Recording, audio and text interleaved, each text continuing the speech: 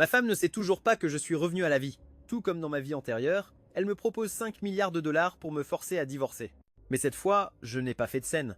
Au lieu de ça, j'ai pris le chèque et j'ai rapidement signé l'accord de divorce. Dans ma vie précédente, Chloé voulait s'enfuir avec un étudiant pauvre de son passé et n'arrêtait pas de me proposer de plus en plus d'argent pour que je disparaisse. Mais je refusais obstinément, lui donnant toujours la même réponse: nous nous sommes promis une vie entière et je n'y renoncerai pas.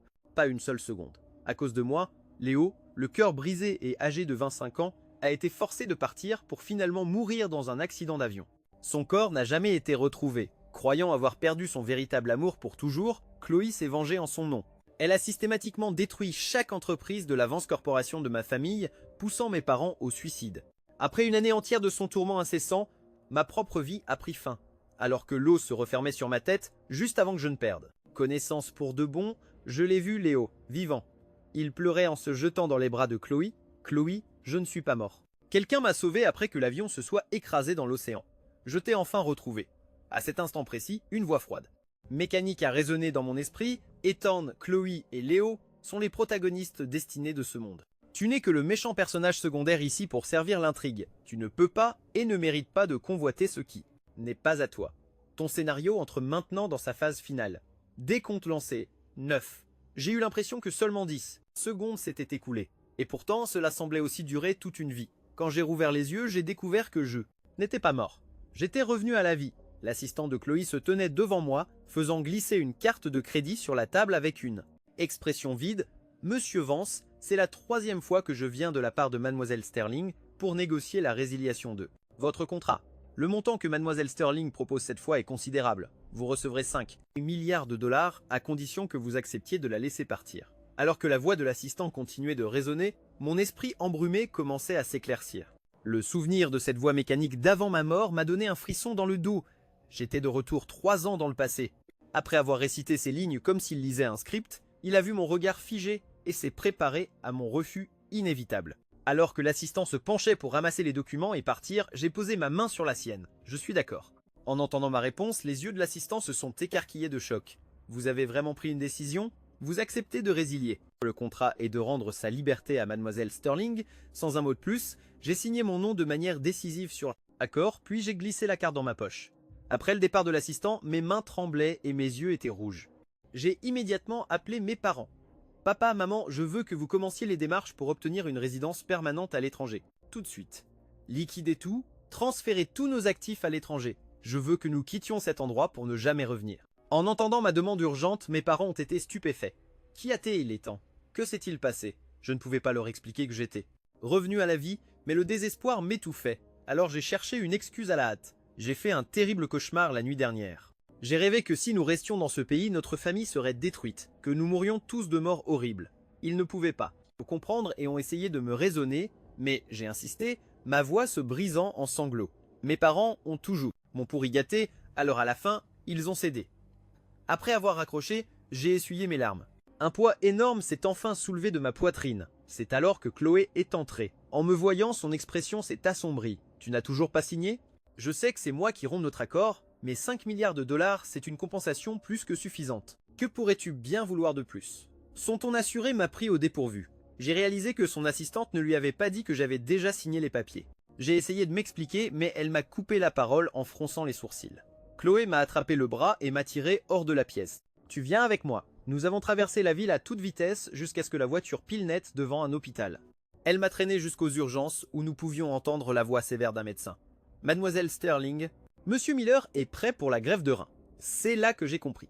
Dans ma vie antérieure, j'avais eu un accident de voiture à cette période et j'avais dû être opéré pour une rupture du rein.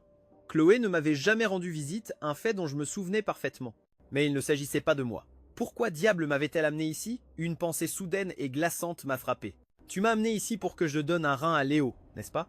Chloé m'a jeté un regard glacial. Pas toi. Moi idiot. J'étais complètement abasourdi. Elle a levé les yeux vers la silhouette élancée visible à l'intérieur de la salle d'opération. Même si j'avais déjà décidé de la quitter pour de bon, entendre qu'elle ferait ça pour Léo m'a quand même provoqué une douleur aiguë dans la poitrine. Tu l'aimes vraiment à ce point? Oui, a-t-elle dit, c'est pour ça que je t'ai amené ici. Tu vas rester exactement là où je peux te voir, et tu ne feras rien pour compromettre la sécurité de Léo. Sur ce, elle a ordonné à ses gardes du corps de me retenir. a enfilé une tenue de bloc et est entré seul dans la salle d'opération. La lumière au-dessus de la porte est passée au rouge. L'opération avait commencé. Je suis resté assis, hébété, le cœur endolori par une douleur sourde et persistante. 2 infirmières sont passées, bras dessus, bras dessous, en train de discuter d'une série télé populaire. Ce second rôle masculin est vraiment le pire. Il méritait amplement de faire faillite et de perdre la tête. Il ne comprend donc pas que le couple principal est destiné à être ensemble. J'écoutais en silence, un sourire amer et solitaire se dessinant sur mes lèvres. Elle avait raison, les personnages principaux sont toujours destinés à être ensemble. Alors cette fois-ci, moi, le méchant secondaire, je vais vivre une vie qui m'appartient vraiment. J'en ai fini de jouer le méchant. Je ne joue plus leur jeu. L'opération a été un succès. Quand la lumière au-dessus de la porte s'est éteinte, je me suis levé pour partir, mais un garde du corps m'a barré le chemin. Ordre de Mademoiselle Sterling. Vous ne bougez pas d'ici avant qu'elle ne se réveille. Je n'ai eu d'autre choix que de me rasseoir et d'attendre. Les minutes passaient et une douleur aiguë et lancinante a commencé à monter dans mon estomac. Mon visage s'est crispé et des perles de sueur coulaient de mon front. Je savais que c'était ma gastrite chronique qui se réveillait. À travers des lèvres pâles et sèches, j'ai parlé au garde du corps. La voix faible. Je ne me sens pas bien. Pourriez-vous, s'il vous plaît, m'apporter un médicament pour l'estomac ou juste une tasse d'eau chaude? Le garde du corps a regardé mon expression de douleur. Impassible. Non, Monsieur Vance, peu importe ce que vous avez, nous ne devons pas quitter cet endroit. Ce sont les ordres de Mademoiselle Sterling. Pour Léo, elle me laisserait tout simplement mourir. La douleur était si intense que je ne pouvais même plus rester assis. Je me suis effondré sur le sol, me mordant la lèvre pour ne pas crier alors que ma vision se brouillait. La chose suivante dont je me souviens, c'est de me réveiller sur le linoléum froid. En me voyant bouger, le garde du corps m'a informé avec une indifférence de fonctionnaire. Mademoiselle Sterling est réveillée. Monsieur Vance, vous pouvez maintenant lui demander la permission de partir. Une fatigue jusqu'à la moelle m'a envahi. Mes vêtements trempés de sueur me collaient à la peau, me donnant des frissons. Je me suis mis sur pied et j'ai traîné mon corps épuisé jusqu'à sa chambre d'hôpital. De l'extérieur, je pouvais entendre la voix douce de Léo. « Chloé, tu as l'air si pâle et faible. Es-tu malade? Au fait, as-tu pu découvrir qui était la gentille personne qui a donné son rein? Je veux la remercier personnellement. Je ne me serais être pas réveillé sans elle. » La main de Chloé, tenant une cuillère, s'est arrêtée une fraction de seconde avant de reprendre son mouvement. Elle a soufflé sur la cuillerée de soupe et l'a doucement donnée à Léo, sa voix incroyablement douce. « Je vais bien. J'étais juste si inquiète pendant que tu étais en chirurgie, sans savoir si tu allais t'en sortir. C'est pour ça que j'ai l'air si fatigué. Le donneur est déjà décédé. Je transmettrai tes remerciements à sa famille. Ne t'inquiète pas, je me suis occupé de tout. » Profondément ému, Léo l'a serré fort dans ses bras. Il a dû appuyer contre son incision car elle a grimacé et son visage est devenu pâle, mais elle s'est vite ressaisie et a recommencé à le nourrir. Léo n'a rien remarqué, se blottissant contre elle les larmes aux yeux. Ah, c'est vrai. Le garde du corps n'a il pas dit que la gastrite d'Ethan était si grave qu'il s'est évanoui de douleur. Ne devrais-tu pas aller voir comment il va? À l'instant où elle a entendu mon nom, le visage de Chloé s'est durci. Il fait sûrement semblant pour attirer l'attention. Ignore-le. En écoutant à travers la vitre, un sentiment lourd et amé s'est installé dans ma poitrine. Dans notre relation, j'avais fait 100 pas vers elle, et elle avait répondu en reculant de 100 pas. Mais avec Léo, il n'avait pas à bouger d'un pouce. Elle aurait franchi n'importe quelle distance pour être à ses côtés et lui donner tout ce qu'elle avait. Chloé aimait Léo au point de lui donner un de ses reins, mais elle ne le lui dirait jamais, de peur que cela ne lui cause de la douleur et de la culpabilité. Et à cet instant, j'ai finalement compris la différence immense et abyssale entre être aimé et ne pas l'être. Il n'avait aucune idée que j'étais debout de l'autre côté de la porte. Après quelques bouchées, Léo a repoussé le bol. Cette soupe n'est pas très bonne, elle est trop lourde. Je me souviens de ce petit café près de notre ancienne université. J'y prenais leur soupe tous les matins. Ça fait une éternité que je n'en ai pas mangé. Ça me manque un peu. En voyant son air mélancolique, Chloé a immédiatement posé le bol et a attrapé ses clés de voiture. Je vais aller t'en chercher. Tu n'es pas obligé. C'est une petite chose. Tu peux simplement envoyer quelqu'un. Chloé a secoué la tête, l'aidant doucement à se rallonger et en remontant la couverture sur lui. Tout ce qui te concerne, n'importe quel endroit où tu es allé, chaque plat que tu as mangé, chaque vue que tu as admirée, je veux en faire l'expérience moi-même. Attends-moi. Je reviens tout de suite. En disant cela, elle a poussé la porte et s'est retrouvée face à moi. Le sourire sur son visage a disparu instantanément, remplacé par son masque froid et distant habituel. Qu'est-ce que tu fais ici? Essaies-tu encore de causer des ennuis à Léo? En voyant son expression changer si vite, mes doigts se sont mis à trembler. J'ai pris une petite inspiration et j'ai expliqué calmement. Je suis juste devenu te dire que je ne dérangerai plus Léo. Tu n'as pas à t'inquiéter. Elle avait toujours été méfiante à l'égard de tout ce que je disais. Et ce n'était pas différent cette fois-ci. Tu veux que j'arrête de m'inquiéter? Alors mets fin à notre contrat pour de bon. Libère-moi. Sur ce, elle a tourné les talons et s'est éloignée sans entendre les mots que je murmurais à sa silhouette qui partait. Chloé, je l'ai déjà fait, je t'ai complètement libérée. De retour à la maison, j'ai mangé un petit quelque chose et j'ai commencé à faire mes valises. La plupart des choses dans la maison étaient à moi, seuls quelques objets appartenaient à Chloé et de toute façon, c'est moi qui lui avais acheté la plupart d'entre eux. Son maquillage, son parfum, sa tasse préférée, sa brosse à dents. Je n'ai laissé aucune trace. Je les ai tous jetés avec les photos spontanées que j'avais prises d'elle, les lettres d'amour que j'avais écrites adolescent et tous les autres souvenirs. Le jour où j'ai fini de vider nos dernières affaires du manoir que je considérais autrefois comme ma maison, Chloé est revenue. Elle a remarqué que quelque chose n'allait pas dès qu'elle est entrée, ses yeux balayant la pièce. « Où sont mes affaires ?»« Je les ai jetées, ai-je répondu honnêtement. Elle m'a jeté un regard froid en plissant les yeux. « Je pars pour quelques jours et tu fais un caprice d'enfant comme ça. Je n'ai jeté que les choses que je t'ai achetées. Je n'ai pas touché à ce qui était vraiment à toi. De plus, tu ne t'en servais jamais, alors je l'ai jeté. » En entendant mon explication, elle a supposé que je me plaignais qu'elle n'ait pas été à la maison, qu'elle violait notre accord. Elle a froncé les sourcils, sa voix glaciale. « Je te l'ai déjà dit, je n'ai aucune intention d'honorer ce contrat. Je ne veux pas passer ma vie avec toi. Réfléchis-y et signe juste les papiers. Ton assistant ne te l'a pas dit? La dernière fois qu'il est venu, j'ai. » Avant que je puisse finir, Léo est entré, parlant d'une voix douce. « Monsieur Vance, Chloé était à l'hôpital pour s'occuper de moi. C'est pour ça qu'elle n'est pas rentrée à la maison. Si vous êtes en colère, s'il vous plaît, blâmez-moi. » Voyant Léo s'incliner pour s'excuser, Chloé s'est précipitée vers lui et l'a aidé à se relever, en fronçant les sourcils. « Léo, ne t'excuse pas. Ma relation avec lui n'a toujours été qu'une transaction commerciale. Il n'y a jamais eu de vrais sentiments impliqués. » En entendant ces mots, mon cœur s'est serré dans ma poitrine et un frisson m'a parcouru. Elle avait raison. À ses yeux, ça n'avait toujours été qu'une question d'argent. C'est pourquoi elle n'arrêtait pas d'augmenter son offre, essayant d'acheter sa liberté. Le seul qui ait jamais eu de vrais sentiments dans cet arrangement, c'était moi. J'ai regardé la manière tendre et aimante dont elle regardait Léo, puis je me suis retourné et je suis reparti dans ma chambre. Quelques instants plus tard, on a frappé à la porte. Léo est entré portant 2 tasses de café, me regardant timidement. Monsieur Vance, Chloé est en conférence téléphonique. J'ai fait du café et je vous ai apporté une tasse. J'espérais que nous pourrions parler. Dans ma vie passée, j'aurais refusé et je l'aurais mis dehors.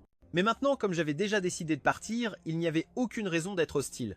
Mon ton était neutre. « De quoi voulez-vous parler ?» Il a nerveusement serré les poings, ses yeux embués d'inquiétude. « Je sais que vous et Chloé avez grandi ensemble, mais on ne peut pas forcer quelqu'un à vous aimer.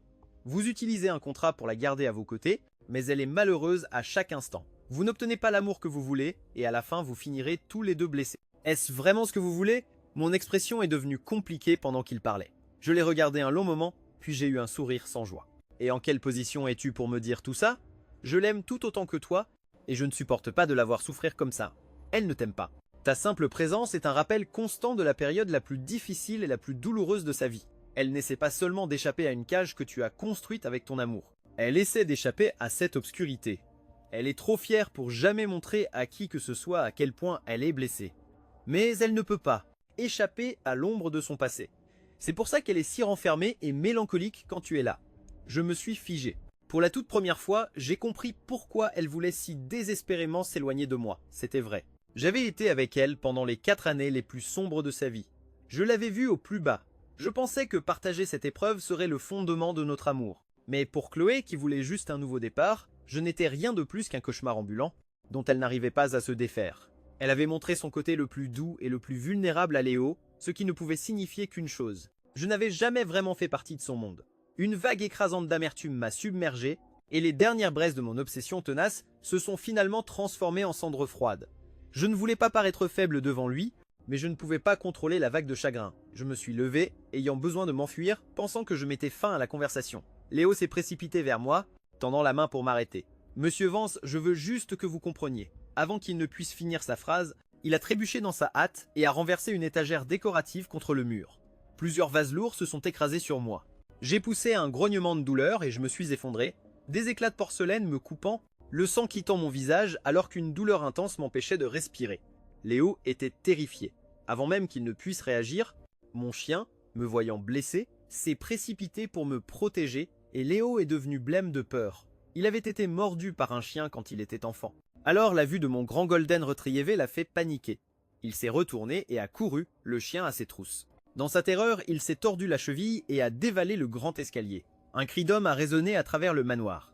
Chloé est sortie en courant en entendant le bruit, et son visage est devenu livide quand elle a vu la scène. Elle a dévalé les escaliers et a pris Léo dans ses bras, son expression n'étant que pure agonie en regardant la vilaine entaille sanglante sur son front. Elle a levé ses yeux furieux et rougi vers mon chien en haut des escaliers, un feu de pure rage dans sa poitrine. J'avais aussi entendu le cri, et luttant contre ma propre douleur, j'ai réussi à me redresser pour voir ce qui se passait. Le moment où je suis apparu, j'ai été accueilli par les cris furieux et incontrôlés de Chloé. Léo vient de se faire opérer. Il est faible, et tu sais qu'il a une peur bleue des chiens. Pourquoi as-tu laissé ton chien l'attaquer? Je n'aurais jamais imaginé que ça dégénérerait comme ça. La douleur était suffocante, et je n'ai pu que formuler une explication faible et allaitante. C'est lui qui a renversé l'étagère en premier. Buddy ne l'a poursuivi que parce qu'il m'a vu me faire mal. Tu sais, Buddy est habituellement si doux. Il a peur des étrangers. Il était juste inquiet pour moi. Assez, hâtez, elle criait. Je ne veux pas entendre tes excuses pathétiques. Puisque tu ne peux pas contrôler ton animal et qu'il a si gravement blessé Léo, alors nous allons le faire piquer. Comme ça, il ne causera plus de problème. Elle a refusé d'écouter un seul mot de ce que je disais, appelant à la place ses gardes du corps et leur ordonnant de s'emparer du chien. Voyant les hommes costauds s'avancer, Buddy s'est immédiatement mis sur ses gardes. Une terreur glaciale m'a envahi. Mon premier réflexe a été de le protéger avec mon propre corps, de les supplier de le laisser tranquille. Les gardes du corps étaient sans pitié. Ils m'ont plaqué contre le mur pour m'immobiliser et se sont dirigés vers mon chien. Me voyant maîtrisé, Buddy est entré dans une frénésie, se jetant sur eux. Un des gardes a levé une matraque en acier et l'a abattu sur lui encore et encore. Il était couvert de sang, aboyant toujours, essayant de m'atteindre quand un autre garde l'a attrapé par la patte et l'a soulevé dans les airs. Il s'est débattu de toutes ses forces, essayant de se libérer. Le garde n'a pas pu le retenir et sa prise a glissé. La seconde d'après, Buddy est tombé du palier du 2e étage, s'écrasant sur le sol en marbre en contrebas. Buddy, cette vision m'a anéanti. J'ai dévalé les escaliers en titubant et j'ai pris son corps brisé dans mes bras, regardant la lumière s'éteindre dans ses yeux. Il a réussi à donner un dernier faible coup de museau contre ma main, puis il est parti. À cet instant, j'ai ressenti une douleur si profonde que je pensais que mon cœur allait littéralement se briser. Je tenais son corps qui se refroidissait, les larmes coulant sur mon visage alors que je levais les yeux vers Chloé, ma voix remplie d'un désespoir total. Si tu me détestes, alors contente-toi de me détester. Pourquoi as-tu dû être si cruel? Pourquoi as-tu dû le tuer? Il n'a rien fait. Il n'a rien fait de mal. Mais à ce moment-là, tout ce que Chloé pouvait voir, c'était Léo inconscient. Elle m'a lancé un regard glacial. Ce n'était pas lui le fautif, c'est toi. Pensais-tu pouvoir échapper à la punition juste parce que ton chien est mort à ta place? Je te le dis tout de suite, je ne laisserai pas ce qui est arrivé à Léo impuni. Après avoir dit cela, elle a donné quelques ordres discrets à ses gardes du corps. La sirène d'une ambulance qui approchait devenait plus forte. Sans un second regard pour moi, elle est partie avec Léo. La patte cassée de Buddy reposait mollement dans ma paume alors que je la regardais s'éloigner. Quelque chose en moi s'est brisé et j'ai sangloté jusqu'à ne plus avoir de voix. Chloé, ai-je crié derrière elle. Tu ne te souviens pas quand ces usuriers t'ont coincé dans cette ruelle? Buddy t'a sauvé, ils l'ont battu, ils lui ont cassé la patte. C'est pour ça qu'il avait toujours si peur des étrangers. Il t'aimait tellement. Il est resté à tes côtés quand tu n'avais rien. Il t'a aidé à traverser tant de nuits solitaires, attendant toujours près de la porte que tu rentres à la maison. Comment as-tu pu? Comment as-tu pu être si sans cœur? Mes mots étaient étouffés par l'angoisse, mais elle n'a même pas ralenti. La seule réponse que j'ai reçue est venue de la voix froide d'un garde du corps. Monsieur Vance, Mademoiselle Sterling a ordonné que pour avoir laissé votre chien attaquer quelqu'un, vous soyez enfermé dans la chambre froide pour réfléchir à vos actes. Puis 3 hommes m'ont traîné et m'ont jeté à l'intérieur. J'ai serré le corps de Buddy contre ma poitrine, mes yeux injectés de sang, vides et engourdis. Le froid mordant de la chambre froide m'a envahi, un frisson humide qui semblait s'infiltrer directement dans mes os. J'ai frissonné de manière incontrôlable alors que le givre commençait à se former sur mes vêtements, ma peau devenant d'une pâleur mortelle. Les minutes s'écoulaient lentement, mon rythme cardiaque ralentissait, et j'ai perdu connaissance. Je ne sais pas combien de temps s'est écoulé, mais je me suis réveillé dans un lit d'hôpital. Un médecin ajustait ma perfusion, sa voix sombre. Comment diable avez-vous fini enfermé dans une chambre froide? 2 minutes de plus, et vous seriez mort de froid. En entendant les mots mort de froid, le frisson fantôme est revenu, s'infiltrant dans mes os comme s'il n'était jamais parti. Je me suis souvenu de ma vie antérieure après que Chloé m'ait écrasé avec sa voiture, me brisant de l'intérieur. Elle m'avait fait enterrer dans un banc de neige pour mourir de froid. Et me voilà dans une nouvelle vie, ayant failli mourir exactement de la même manière. C'était donc ça, mon destin. Aimer Chloé, même être simplement près d'elle, signifiait que je courtiserais toujours la mort et que tout ce qui m'était cher serait détruit. J'ai pensé à mes parents dans ma vie passée, forcé de sauter d'une falaise pour me sauver, et à Body, tu es juste devant moi. La douleur dans ma poitrine était insupportable, et j'ai enfoncé mes ongles dans ma paume jusqu'au sang. Alors que j'étais submergé par le chagrin, mes parents ont appelé. Ethan, ton père et moi avons terminé le transfert de tous les actifs. La demande d'immigration a été déposée et elle devrait être approuvée d'ici la semaine prochaine. Es-tu absolument sûr de ça? Et Chloé? Nous pensions que tu l'aimais. J'ai regardé le plafond, le regard vide.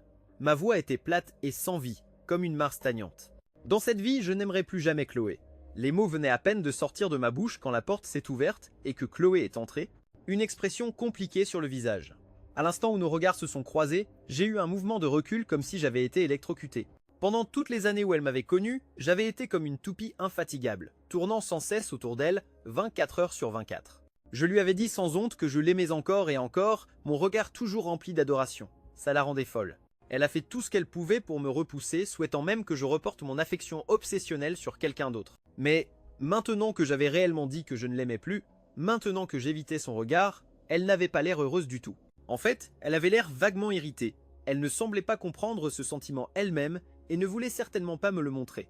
Alors, elle a gardé son attitude glaciale habituelle. Alors, tu ne m'aimes plus? S'est-elle moquée. Alors, pourquoi as-tu blessé Léo? Pourquoi continues-tu de simuler des maladies pour attirer mon attention? Pourquoi ne veux-tu pas signer le contrat? Le médecin a dit que tu étais gravement blessé, mais tu m'as l'air en parfaite santé. Tu as clairement assez d'énergie pour faire ton spectacle. Face à ces questions moqueuses, j'ai baissé le regard, ma voix empreinte d'un épuisement qui allait au-delà du physique. Tout ce que je te dis est la vérité. C'est vrai que je ne t'aime plus, et c'est vrai que j'étais malade. Quant à ce contrat que tu veux si désespérément, je l'ai déjà signé. Les mots venaient à peine de sortir de ma bouche que le majordome de notre famille est entré. Jeune maître Vance, le créateur a terminé les croquis pour les robes de mariée que vous avez commandées pour Mademoiselle Sterling le mois dernier.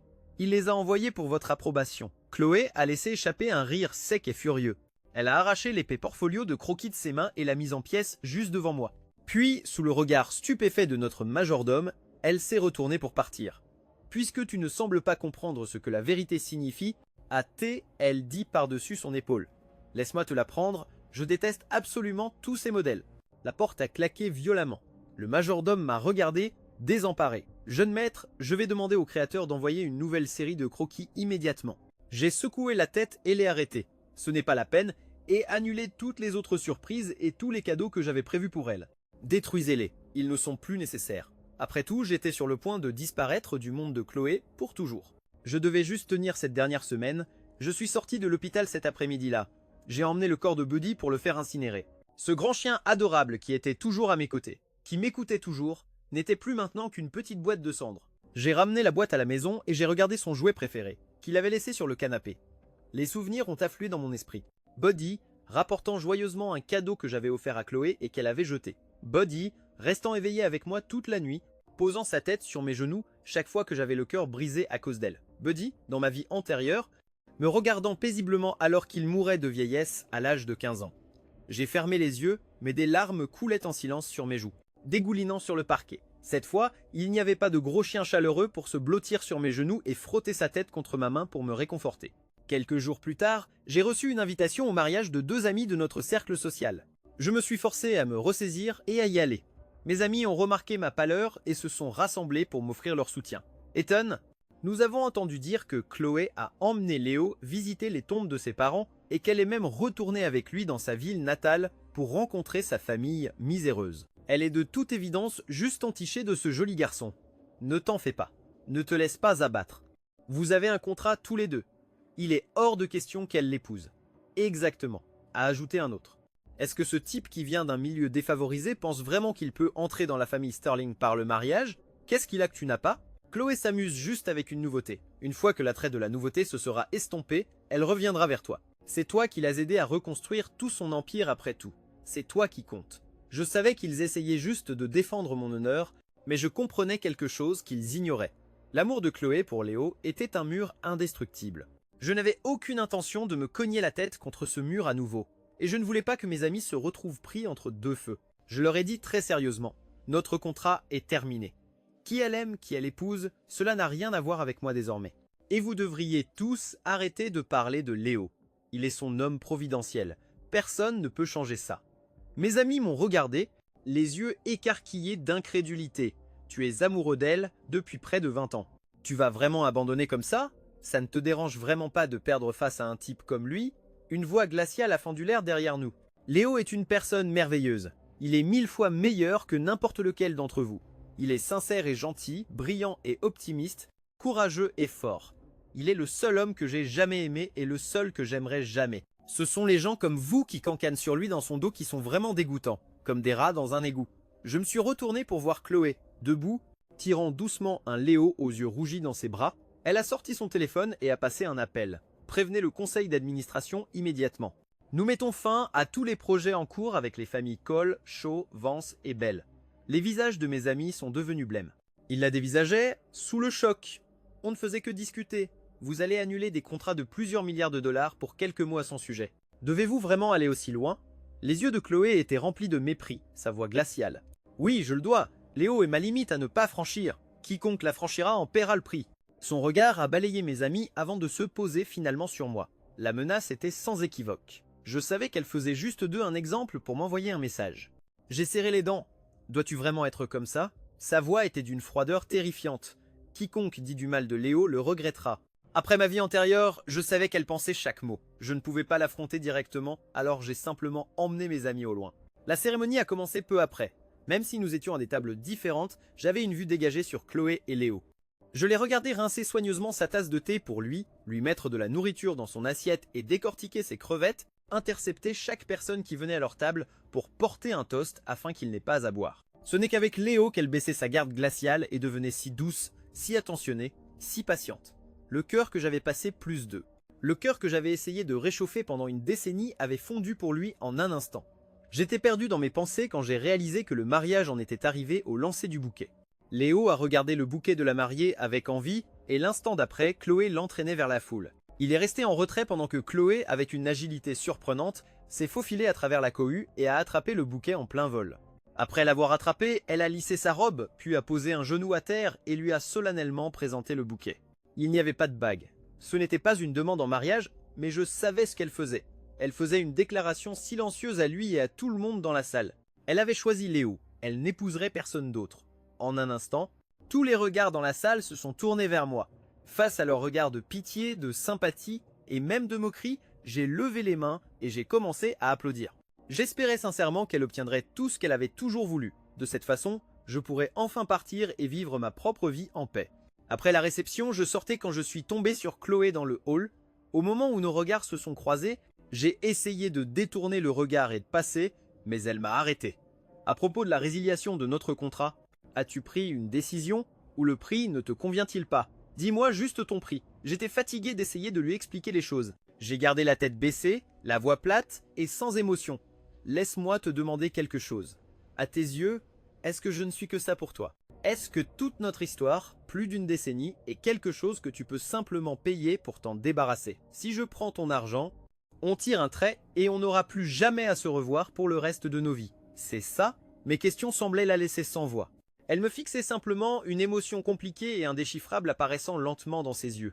Je pouvais voir qu'elle voulait dire autre chose, qu'elle voulait seulement mettre fin à notre arrangement tordu, pas me rayer complètement de sa vie. Mais ensuite, elle a vu Léo sortir des toilettes pour hommes juste à côté, et les mots sont morts sur ses lèvres. À la place, elle a dit un seul mot, qui signifiait tout le contraire. Oui. En l'entendant le dire à voix haute, même mon cœur engourdi a ressenti une douleur sourde et lourde. Mais je me suis vite ressaisi, en la regardant prendre la main de Léo, leurs doigts s'entrelaçant, j'ai fait un léger signe de tête. Je comprends. Ne t'inquiète pas. Je te donnerai ce que tu veux. Dans 5 jours, tu auras tout ce que tu as demandé. 5 jours? Que veux-tu dire par 5 jours? A-t-elle demandé en fronçant les sourcils. Mais je m'étais déjà retourné, et j'étais parti. Un instant plus tard, j'ai entendu Léo dire qu'il avait faim, et j'ai su qu'elle avait déjà oublié mes paroles. De retour à la maison, j'ai liquidé le reste de mes biens personnels. Mes objets de collection de jeux vidéo, mes voitures de sport, les propriétés à mon nom, tout a été converti en argent liquide. Cette nuit-là, une tempête a éclaté. Alors que je faisais ma dernière valise, j'ai entendu des coups frénétiques à la porte d'entrée. Je l'ai ouverte et j'ai trouvé Léo, trempé jusqu'aux os, qui est immédiatement tombé à genoux devant moi en sanglotant. Monsieur Vance, Chloé s'est effondré aujourd'hui. On l'a emmené aux urgences, mais je ne suis pas de la famille, donc je n'ai pas pu signer les formulaires de consentement pour son traitement. J'ai dû retrouver sa tante qui vit à l'étranger, et elle a failli rater le créneau pour les soins intensifs. Elle est en soins intensifs en ce moment. Vous savez, ses parents sont morts. Elle n'a personne d'autre. Je vous en supplie, s'il vous plaît, mettez fin au contrat. Libérez-la. Je veux être son mari. Je ne peux pas rester là sans rien faire dans un moment pareil, juste la regarder mourir à cause d'un bout de papier. Face avec sa supplique désespérée, je me suis souvenu que Chloé était aussi tombée gravement malade à cette même période dans ma vie antérieure. Dès que je l'ai su, je l'ai fait transférer dans le meilleur hôpital privé de l'État et j'ai fait venir des spécialistes. De tout le pays. Grâce à cela, elle s'en est sortie sans complications majeures. Après ça, je suis resté à son chevet pendant des jours, dormant à peine, si épuisé que je tenais à peine debout.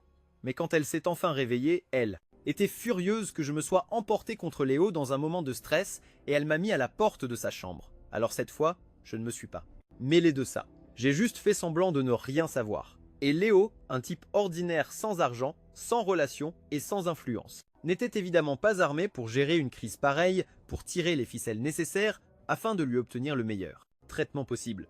Il était donc naturel que Chloé souffre davantage cette fois-ci, mais c'était l'héroïne de l'histoire. Je savais qu'elle irait bien à la fin, donc je n'étais pas inquiet. Je lui ai juste dit calmement « Monsieur Miller, regardez-vous parfois ces séries romantiques à la télévision?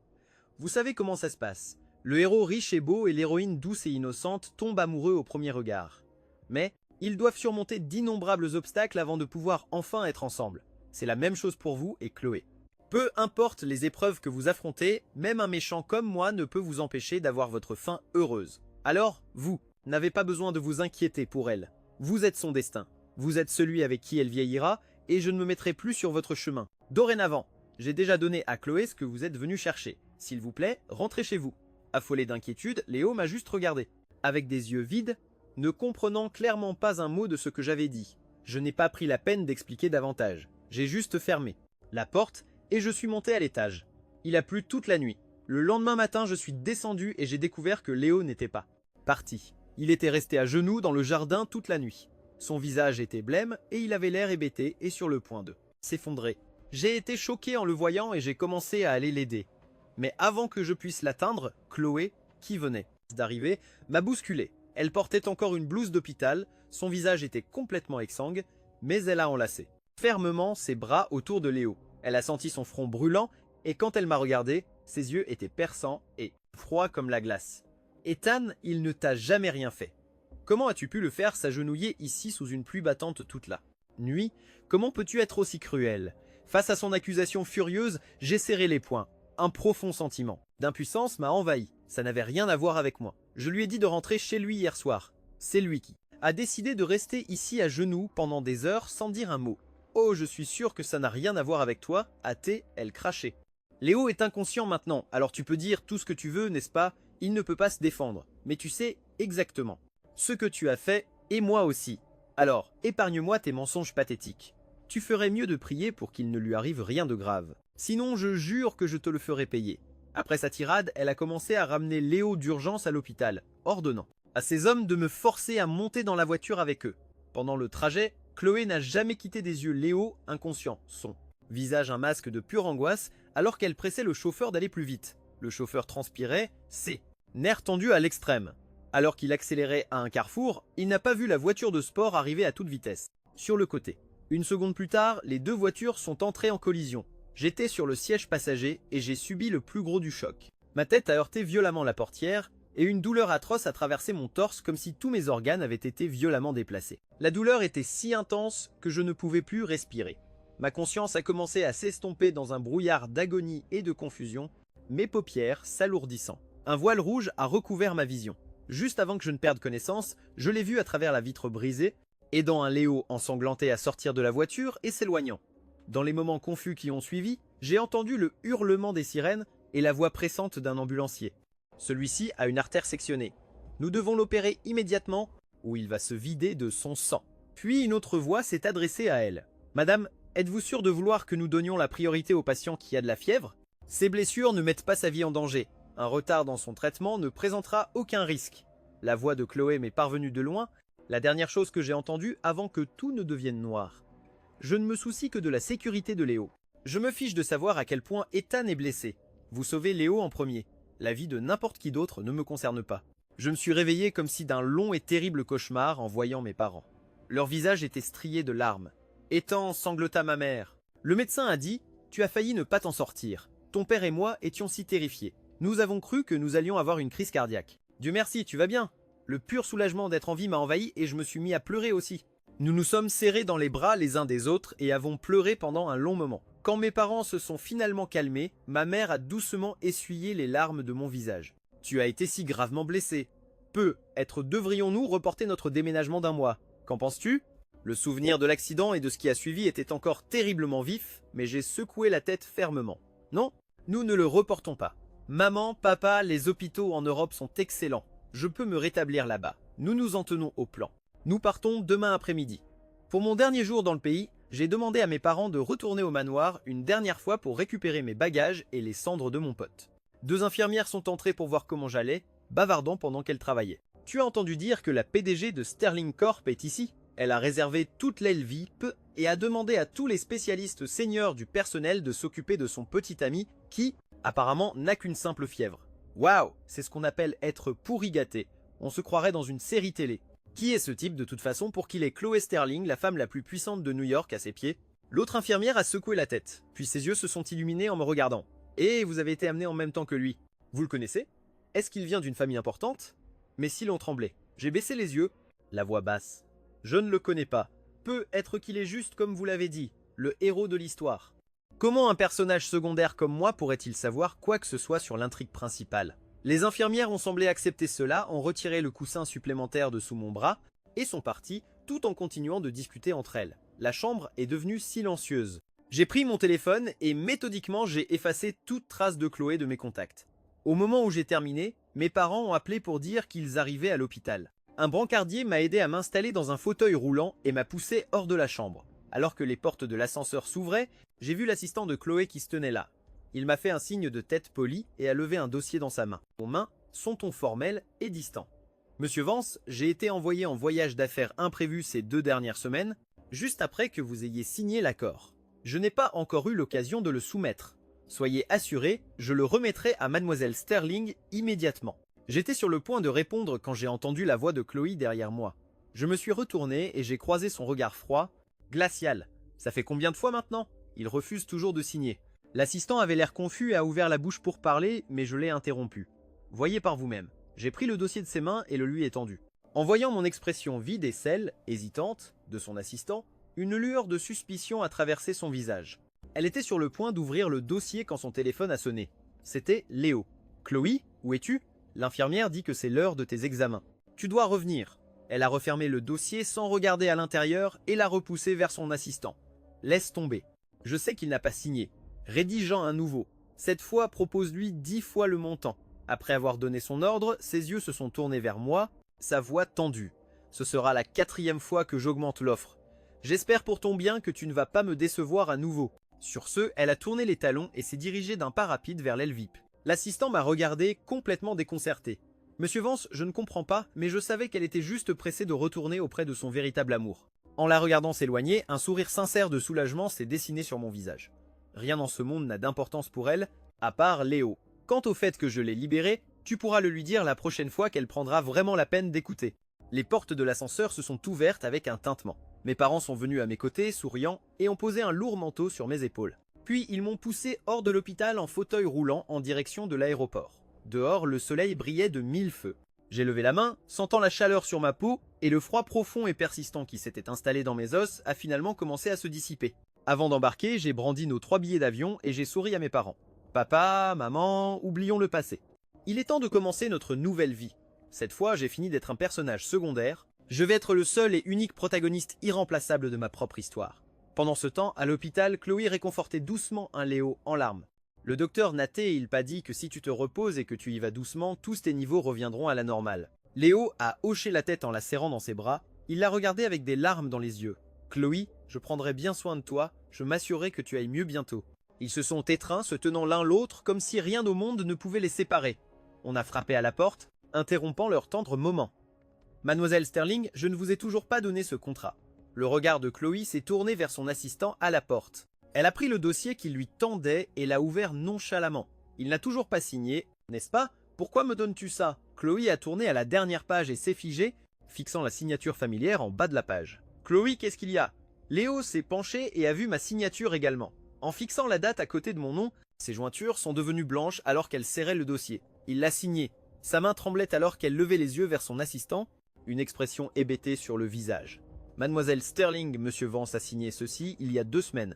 Il a pris la carte. En entendant cela, Léo fut fou de joie et jeta ses bras autour de Chloé. C'est merveilleux, Chloé. Nous pouvons enfin être ensemble. Ensemble. Mais Chloé ne semblait pas aussi heureuse qu'il l'avait espéré. Elle tremblait et le dossier lui a glissé des mains, tombant sur le sol avec un bruit sec. Vous êtes en train de me dire qu'il l'a vraiment signé? Son assistant avait l'air nerveux. Oui, mademoiselle Sterling. Il l'a signé en ma présence il y a 2 semaines. Mademoiselle Sterling, a-t-il demandé en voyant son air stupéfait? Expression. Il a rapidement ajouté « Soyez rassurée, mademoiselle Sterling. La signature a déjà été vérifiée par notre équipe juridique. Elle a une valeur légale. » Eh bien, alors je suppose que nous sommes enfin quittes, a dit Chloé, en arrachant le dossier du sol et en le fourrant contre la poitrine de son assistant. Pour une raison quelconque, elle a ressenti une étrange sensation de vide. Chloé, s'est exclamé Léo, ses yeux brillants de larmes de joie. Elle s'est assise sur ses genoux. Léo, nous pouvons enfin être ensemble. Voyant cela, son assistant s'est rapidement excusé, fermant doucement la porte de la suite privée derrière lui. Chloé s'est penchée et a embrassé les larmes sur ses yeux, et pendant un long moment, la pièce a été remplie par les sons de leur passion. De retour au manoir, Chloé a fait entrer Léo. Il avait l'air inquiet. « Chloé, est-ce que Monsieur Vance sera en colère que tu m'aies amené ici ?» Elle l'a fait taire d'un baiser. « Laisse-le. C'est avec toi que je vais passer le reste de ma vie. Tu es mon futur mari. » Qu'est-ce qu'est un Vance pour moi maintenant? La seule raison pour laquelle je ne l'ai pas encore mis à la porte est par respect pour notre passé. Elle a tapé le code de sécurité et la porte d'entrée s'est ouverte. Elle a doucement pris la main de Léo. « Léo, tu peux t'installer dans la chambre principale. Je ferai en sorte que Ethan déplace ses affaires dans une des chambres d'amis. » Elle lui a serré la main de manière rassurante. Mais quand Chloé a poussé la porte et a vu l'état de la maison, elle s'est arrêtée net. « Chloé, qu'est-ce qu'il y a ?» a demandé Léo entre. Léo. Elle fit quelques pas à l'intérieur, mais aucun corps poilu familier ne vint se frotter contre ses jambes. Buddy, le Golden Retriever, ne viendrait plus jamais en courant pour l'accueillir, la queue battante avec son joyeux sourire de chien. Elle leva les yeux vers le palier du 2e étage. Normalement, Ethan serait là, appuyé contre la rambarde, lui souriant d'en haut alors qu'elle passait la porte. Elle secoua la tête, chassant cette pensée. « Léo, dit-elle, à partir de maintenant, c'est ta maison. » Elle emmena Léo à l'étage et poussa la porte de la chambre principale, prête à me dire de vider mes affaires. Mais la scène qui s'offrit à elle la figea sur place. La chambre était vide, disparus mes objets de collection qui couvraient autrefois chaque surface. Disparus les photos spontanées d'elle que je gardais sur la tête de lit. Disparu le vase de fleurs fraîches que je gardais toujours sur la table de chevet. La chambre devant elle était complètement vide. Tout ce que j'avais si soigneusement arrangé avait disparu sans laisser de traces. Elle se précipita et ouvrit brusquement le tiroir du bureau. Le tiroir qui avait autrefois été rempli à ras-bord de mes lettres d'amour pour elle était maintenant vide. Elle ouvrit violemment les portes du placard et découvrit que tous mes vêtements avaient disparu. Même les robes sur mesure que j'avais conçues juste pour elle s'étaient volatilisées, ne laissant que quelques-uns de ses propres vêtements suspendus là. Une expression de mécontentement traversa son visage. Elle appela une des femmes de chambre. « Où sont les affaires de Monsieur Vance ?» La femme de chambre parut surprise. « Mademoiselle Sterling, les parents de Monsieur Vance sont passés ce matin pour récupérer ses dernières affaires. Ils ont dit que la famille déménageait à l'étranger. Vous ne le saviez pas ?»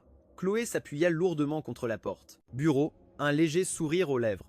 Au moins, il avait été assez intelligent pour partir de lui-même. Léo s'est approché derrière elle et l'a enlacée. La voix remplie de bonheur. « Chloé, c'est merveilleux. Il n'y a plus rien qui se dresse entre nous maintenant. » Ces mots semblèrent la sortir de sa rêverie. Elle se retourna et le serra dans ses bras à son tour. « Léo, on a enfin réussi. » Elle enfouit son visage dans son cou. « Je suis tellement heureuse. Tout s'est parfaitement déroulé. Tant que je t'ai... »« Toi, Léo, je n'ai besoin de rien d'autre au monde, » murmura-t-elle, avant de l'embrasser doucement sur le front. Avant que je ne monte sur la passerelle d'embarquement, j'ai jeté un dernier regard sur la ville. Elle contenait tant de mes souvenirs, une si grande partie de ma vie avec Chloé. Sans plus hésiter, je me suis retourné et je suis monté dans l'avion. Le passé pouvait rester dans le passé. L'avion pour l'Europe s'est élevé régulièrement dans le ciel, laissant une fine traînée de condensation blanche qui a rapidement disparu. J'ai passé les 2 semaines suivantes à récupérer dans une clinique privée à Paris, mon corps guérissant lentement. Je regardais par la fenêtre le paysage animé, le soleil parisien éclatant, les pelouses verdoyantes, les couples pique-niquant, et au loin, la tour Eiffel se dressant silencieusement sur un ciel d'un bleu éclatant. Tout cela était captivant. Une fois que tous mes tests sont revenus négatifs, j'ai quitté la clinique. Baignant dans la lumière du soleil, j'ai ressenti un sentiment de liberté dans mon corps et mon âme. J'ai réalisé que je pouvais vraiment tout laisser derrière moi. Je n'avais plus à souffrir de la froideur de Chloé ou à m'angoisser à cause de l'existence de Léo. À cet instant, j'étais une personne complètement nouvelle, le maître de mon propre destin. De retour à la nouvelle villa de ma famille sur la Seine, je me suis plongé dans la planification d'un voyage à travers l'Europe. Quelques jours plus tard, portant une casquette de baseball et un simple sweat à capuche, je me suis retrouvé dans les rues de Rome. Je me tenais devant les ruines du Forum romain, contemplant ce qu'il restait du temple de Vénus et de Rome, complètement émerveillé. Ensuite, je me suis dirigé vers la fontaine de Trévi, où je me suis assis sur le bord, mangeant un gelato que j'avais acheté à un vendeur du coin. Je regardais les touristes et les habitants passer, profitant simplement d'un moment de calme pour moi à Rome. Une femme vêtue d'une simple robe blanche s'est approchée de moi, s'arrêtant devant moi et baissant ses lunettes de soleil. J'ai levé les yeux vers elle. Elle avait des traits saisissants et élégants et les plus incroyables yeux bleus, de la couleur de l'océan profond. Pensant que je la gênais, j'ai commencé à me lever, mais elle a posé une main sur mon poignet pour m'arrêter. « Monsieur Vance, vous ne vous souvenez pas de moi ?» Elle avait un sourire éclatant et facile qui, sous le chaud soleil romain, a fait battre mon cœur un peu plus vite. Je me suis maudit intérieurement d'être si facilement troublé par une belle femme. J'ai souri en retour. « Je suis désolé. Nous sommes-nous déjà rencontrés ?» Elle haussa les épaules, toujours souriante. « Monsieur Vance, j'étais votre médecin traitant à la clinique de Paris. » Comme je la regardais toujours d'un air vide, elle a levé une main et a couvert la moitié inférieure de son visage. « Est-ce que ça vous aide à me reconnaître maintenant ?» Son visage m'est soudainement apparu, se superposant au souvenir du médecin avec le masque chirurgical trop grand de la clinique. « Oh, je suis vraiment désolé, docteur Russo, dis-je embarrassé. Sans le masque, je ne vous ai pas reconnu. » Elle a ri. « Monsieur Vance, si vous êtes vraiment désolé, vous pourriez peu être vous racheté en me faisant visiter Rome. » Comme c'était moi qui avais été impoli, j'ai accepté volontiers, et nous avons commencé à nous promener dans les rues de Rome ensemble. « Vous êtes aussi en vacances, docteur Russo ?» ai-je demandé. Elle a hoché la tête. « Après votre sortie, l'hôpital m'a donné des congés. J'ai décidé de voyager un peu en Europe, et je suis tombé sur toi par hasard. » Son sourire était éblouissant sous le soleil de l'après-midi, et je me suis senti un peu étourdi. « S'il te plaît, je dis rapidement, tu n'as pas besoin d'être si formel. Appelle-moi Ethan. » Elle m'a souri en retour. « D'accord Ethan, et toi tu dois m'appeler Isabelle. » Le ciel romain était d'un parfait bleu sans nuages. Nous avons flâné jusqu'à la place d'Espagne et nous nous sommes assis ensemble, profitant de la douce brise. Après un moment, Isabelle a demandé « Ethan, puis-je te demander pourquoi tu es venu en Europe ?» Comme je ne répondais pas tout de suite, elle a rapidement levé les mains. « Je suis désolé Ethan, je ne veux pas être indiscrète. J'étais juste curieuse. Tes blessures étaient si graves, et pourtant tu as insisté pour être transféré de New York jusqu'à Paris pour ta convalescence. » Elle a marqué une pause. J'ai été envoyé aux États-Unis pour une conférence médicale une fois. La qualité des soins là-bas est tout aussi bonne qu'en France. Ce n'était pas comme si tes blessures étaient incurables là-bas. Je l'ai interrompu, parce que j'ai vécu quelque chose de terrible chez moi. Quelque chose qui a failli me tuer et a détruit toute ma famille. Elle m'a regardé d'un air désolé. Je suis désolé. Je n'avais aucune idée. J'ai croisé son regard bleu clair. Ce n'est rien Isabelle, c'est du passé maintenant. Tout ce qu'il faut c'est laisser aller et commencer à nouveau. Mon sourire soulagé se reflétait dans ses yeux. La brise a agité quelques mèches rebelles de ses cheveux, les balayant doucement contre son visage. J'ai vu une lueur de quelque chose dans son expression, et elle a rapidement baissé les yeux comme pour le cacher. « Ethan, elle dit en me tendant la main. J'aimerais modifier ma précédente invitation. Je ne veux pas seulement voir Rome avec toi. Si tu es d'accord, j'aimerais t'inviter à passer le reste de mes vacances avec moi. » Mon cœur a raté un battement. J'ai posé ma main dans la sienne. « Je serais honoré, mademoiselle Russo. » Un sourire s'est étalé sur son visage.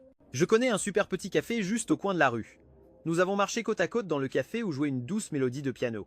Je me suis arrêté pour admirer les différents tableaux sur les murs et Isabelle a expliqué « c'est le plus vieux café de Rome ». Des artistes, des écrivains et même des compositeurs célèbres en ont été des habitués pendant des siècles. Nous nous sommes assis et un serveur en queue de pie a pris notre commande. J'ai commandé un thé et Isabelle a commandé un café au lait et un croissant. Alors que j'admirais le décor, elle a poussé le croissant chaud et parfumé sur la table vers moi. « Tiens, goûte. » Elle m'a souri doucement. J'ai pris une bouchée.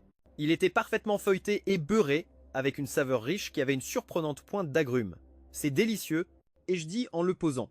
J'ai baissé la tête, mais pas avant qu'une grosse larme ne tombe sur la table, suivie d'une autre et encore d'une autre. Isabelle était clairement déconcertée et ne savait pas quoi faire. Après un moment, elle s'est levée et est venue à côté de moi, passant ses bras autour de moi par derrière. « Ethan, qu'est-ce qui ne va pas ?» Elle demandait doucement en me frottant gentiment le dos. J'avais un chien avant. Il s'appelait Buddy. ai-je réussi à dire en essayant d'empêcher ma voix de se briser. Mais les larmes ne s'arrêtaient pas. Quelqu'un, ils l'ont violemment battu. Il essayait de me protéger et il est tombé. Il est tombé du 2e étage. Elle a doucement guidé ma tête pour qu'elle repose sur son épaule, me laissant pleurer dans sa chemise. Chez moi, ai-je suffoqué. Chaque fois que je mangeais des croissants, Buddy posait sa tête sur mes genoux et me regardait manger, les yeux grands ouverts. J'ai laissé échapper un rire humide et brisé. Tu sais, parfois il bavait tellement que ça laissait une grosse tache humide sur mon pantalon. Elle a continué à frotter dans mon dos, sa voix était douce. Je comprends à quel point il est douloureux de perdre un animal de compagnie. Je ne te demanderai jamais de simplement l'oublier. Mais elle continua, sa voix si douce qu'elle semblait magique. Si jamais il te manque, tu es le bienvenu chez moi. J'ai un chien, moi aussi. Peut-être qu'il pourrait t'aider à te remonter le moral. J'ai rapidement essuyé mes yeux. Vraiment? Merci Isabelle. Elle s'est agenouillée. Devant moi, ses yeux bleus aussi doux que l'océan. C'est vrai, c'est un bouvier bernois. Il s'appelle Winston. En entendant ce nom formel, je n'ai pas pu m'empêcher de laisser échapper un vrai rire. Qui aurait cru que l'élégante ait posé docteur? Rousseau rentrait chez elle tous les jours et appelait un chien nommé Winston. Le bout de ses doigts a doucement essuyé une larme perdue sur ma joue. Ses yeux pétillants. Sais-tu pourquoi je t'ai arrêté près de la fontaine? J'ai secoué la tête. Elle a souri doucement. Tu étais juste assis là avec ton sweat à capuche et tes sandales, sans me regarder ni regarder quelqu'un en particulier, observant juste le monde. Passé. Le sourire dans ses yeux s'est agrandi, et je me suis dit, il ressemble à une star d'un vieux film en noir et blanc. Si beau, je ne pouvais pas détacher mon regard. Mon cœur s'est mis à battre la chamade dans ma poitrine, si fort qu'il semblait couvrir tous les autres sons. Du monde, ne laissant que nous deux. Alors je me suis approché et c'est là que je t'ai reconnu. C'était égoïste de ma part, de te demander de passer la journée avec moi. Mais ensuite, je suis devenue encore plus gourmande. Je voulais que tu passes le reste de mes vacances avec moi. Son magnifique visage s'est approché et mon esprit est devenu complètement vide. J'ai senti un contact doux et frais lorsque ses lèvres ont effleuré ma joue pendant une petite seconde. Désolée, dit-elle, en se reculant avec un petit sourire d'excuse. Mais au moins, tu as arrêté de pleurer. De retour à New York, dans le plus grand parc d'attractions de la ville, Chloé tenait la main de Léo, avec une expression de tendre exaspération sur son visage. Chloé, regarde. Le visage de Léo s'est illuminé d'un immense sourire alors qu'il montrait du doigt une mascotte costumée qui posait pour des photos avec les visiteurs.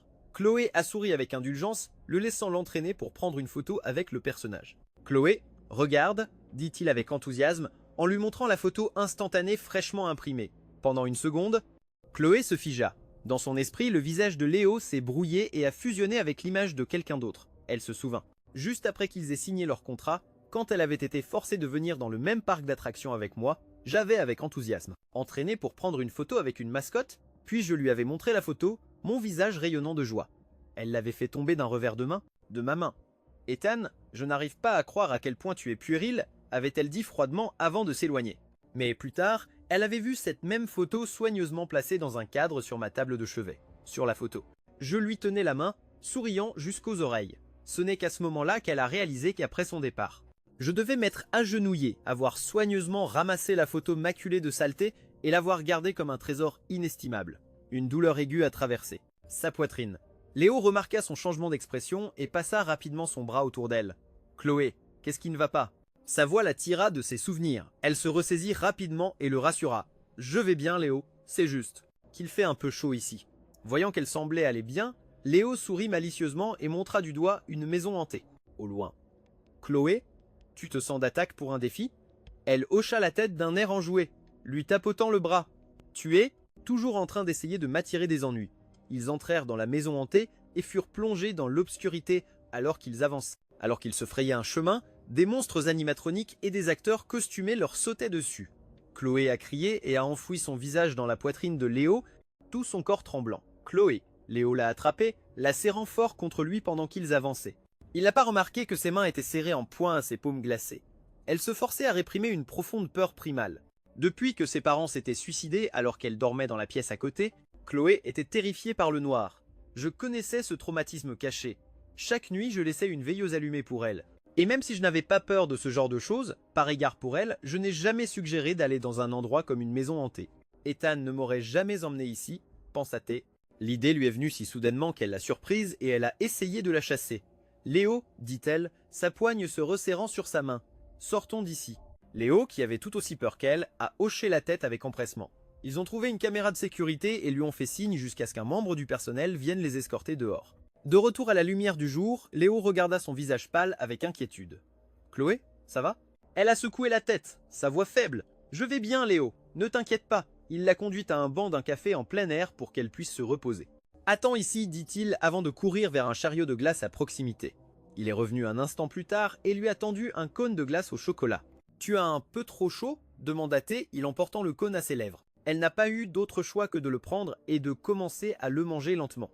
La vérité, c'est que après la faillite de sa famille et la mort de ses parents, elle avait travaillé sans relâche pour rembourser leurs dettes. Elle était serveuse le jour et travaillait comme videuse dans un bar la nuit. L'extrême pauvreté et l'épuisement faisaient qu'elle rentrait souvent chez elle et s'effondrait dans son lit sans manger, passant parfois une journée entière sans repas. En conséquence, elle avait développé de graves problèmes d'estomac. J'étais le seul à le savoir. C'est pourquoi je ne la laissais jamais manger quoi que ce soit de froid et je m'assurais toujours qu'il y ait de la soupe chaude et nourrissante pour elle à la maison. Si ça avait été moi, je lui aurais arraché cette glace des mains et je l'aurais grondée pour son insouciance. Cette pensée lui a causé un pincement de solitude au cœur. « Chloé, » dit Léo en posant une main sur son front. « Tu te sens malade ? Qu'est-ce qui ne va pas ?» Elle lui a rendu le cône de glace à moitié mangé. « Je suis désolé, Léo. Je n'ai juste pas d'appétit. » Il a froncé les sourcils. « Chloé, que se passe-t-il vraiment ? Tu me caches quelque chose ?»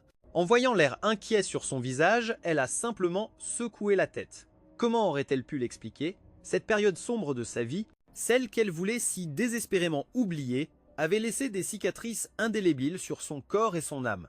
Et étant l'homme qui était un souvenir vivant de cette époque, l'homme auquel elle avait tant essayé d'échapper, n'arrêtait pas d'envahir ses pensées.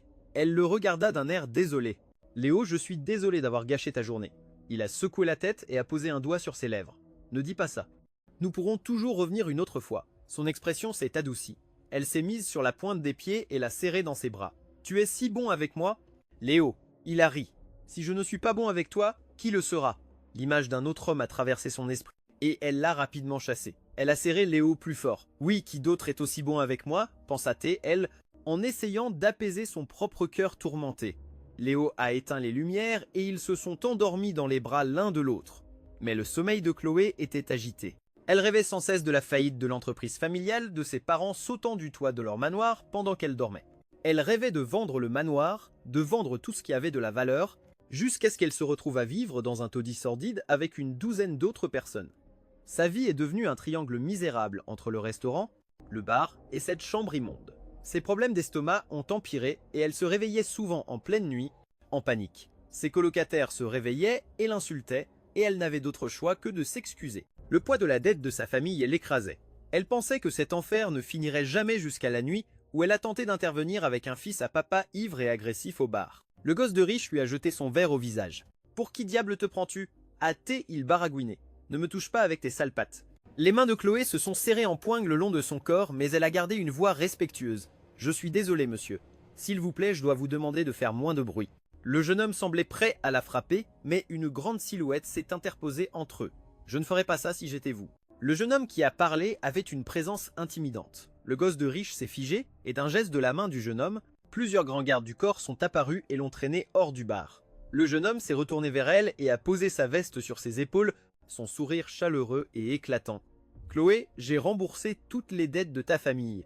Tu n'auras plus jamais à vivre comme ça. » Debout là, ma silhouette se découpant sur les lumières colorées du bar, je ressemblais à un héros de conte de fées. « À partir de maintenant, tu m'appartiens, avais-je dit.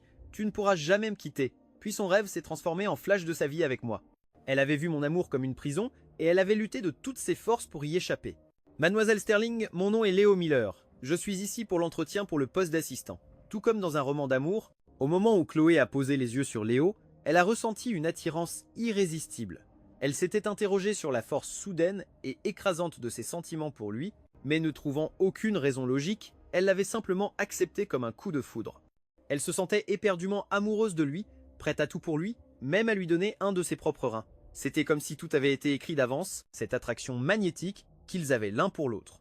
Et le héros qui l'avait sauvé des ténèbres, moi, elle en est venue à le mépriser.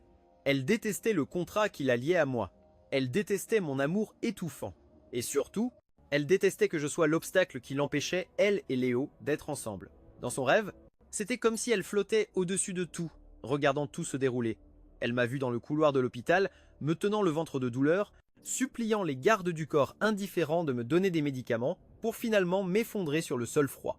Elle a vu la vérité sur ce qui s'est passé au manoir, les mots de Léo me faisant reculer contre l'étagère. Buddy se précipitant à mes côtés seulement après que j'ai été blessé, et Léo se tordant la cheville dans sa retraite paniquée.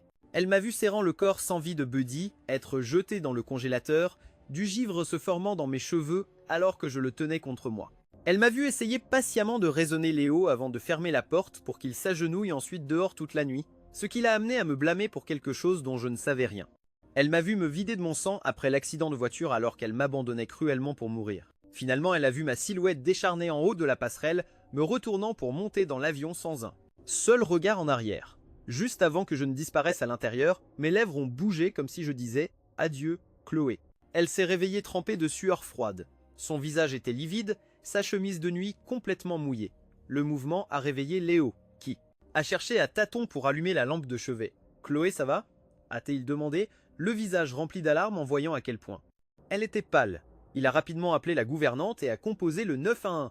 Les ambulanciers ont chargé Chloé dans l'ambulance. Ça. Sirène hurlant pendant que Léo criait son nom encore et encore. Les secouristes ont commencé leurs vérifications initiales. C'était si bruyant. Chloé a froncé les sourcils, forçant ses yeux à s'ouvrir. Tout ce qu'elle pouvait voir était le visage de Léo taché de larmes. Pour une raison quelconque, la vue de son, expression affolée, l'a remplie d'un étrange sentiment d'irritation. Ce n'est pas normal, hâtée, elle murmurait pour elle-même. « Chloé, qu'est-ce qui ne va pas ? Dis-moi, » a supplié Léo, ses larmes tombant sur son visage. À ce moment précis, une voix froide et mécanique a résonné dans son esprit. Avertissement, la protagoniste féminine dévie de l'intrigue. Contrôle accru demandé. Les lumières rouges clignotant de l'ambulance dansaient devant ses yeux, lui donnant le vertige.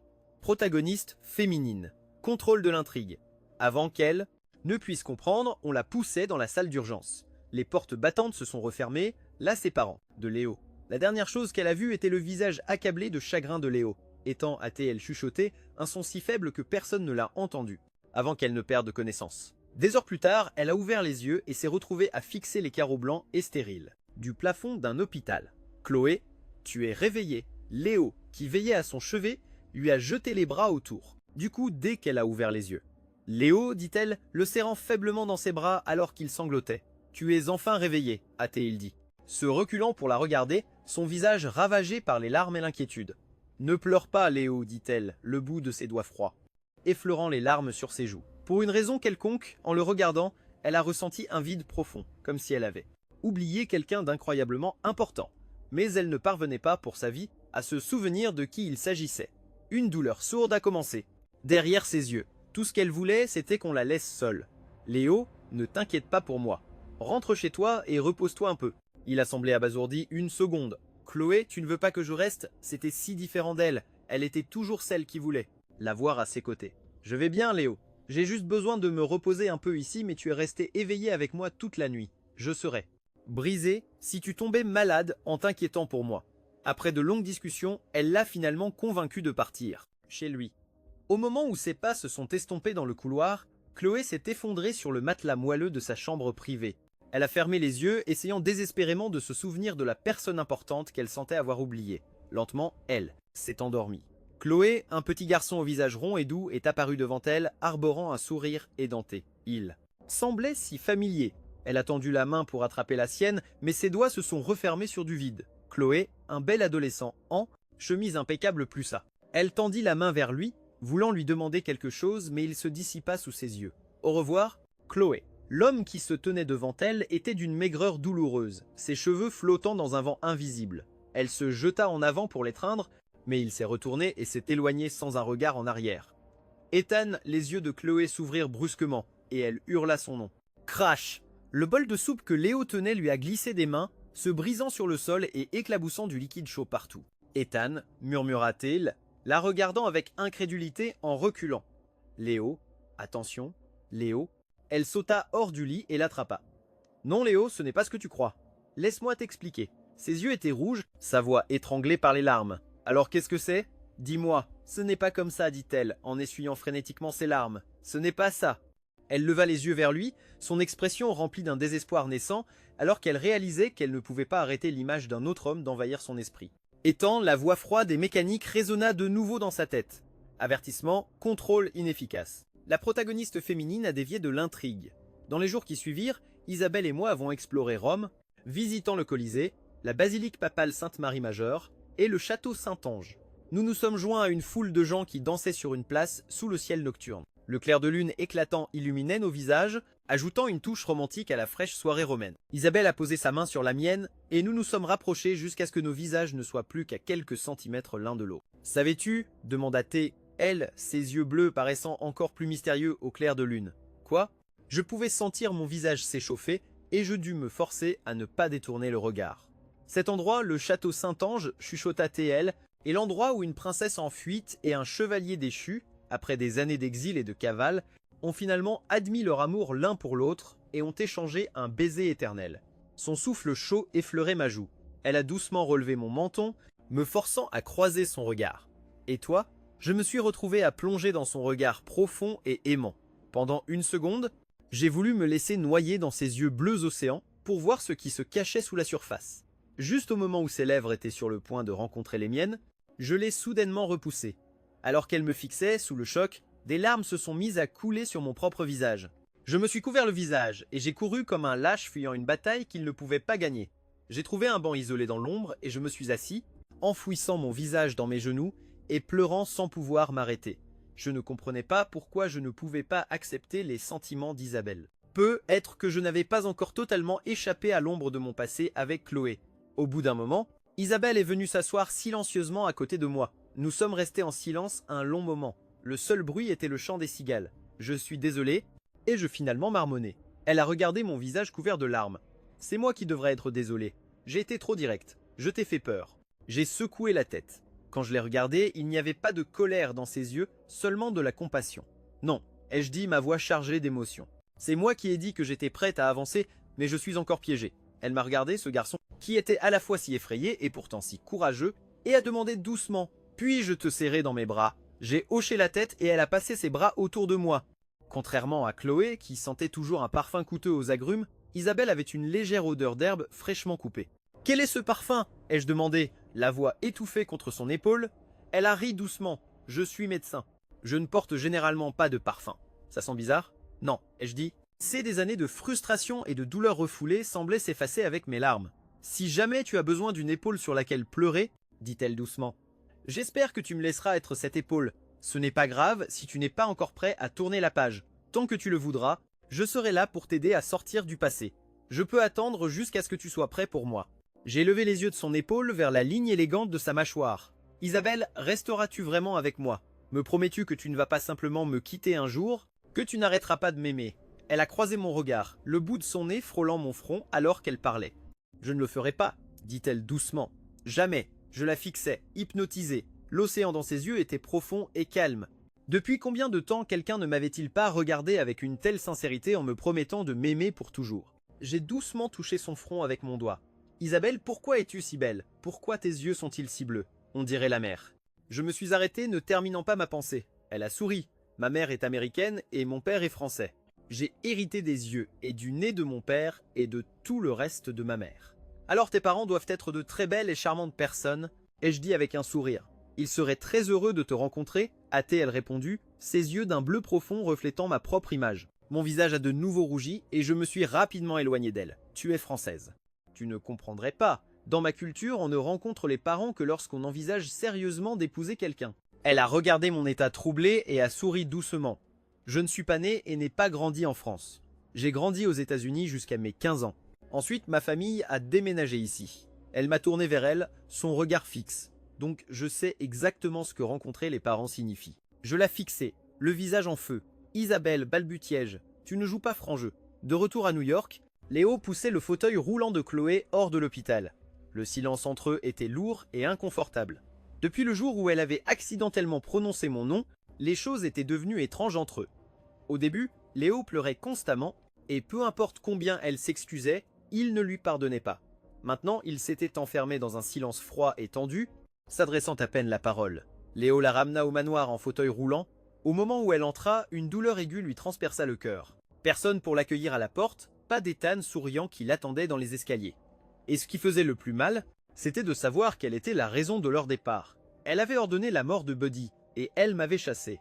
Loin. « Chloé !» dit soudain Léo, sa voix étonnamment froide. « À quoi penses-tu » Elle secoua la tête et força un sourire. « À rien. » Ça fait juste un moment que je ne suis pas venu ici.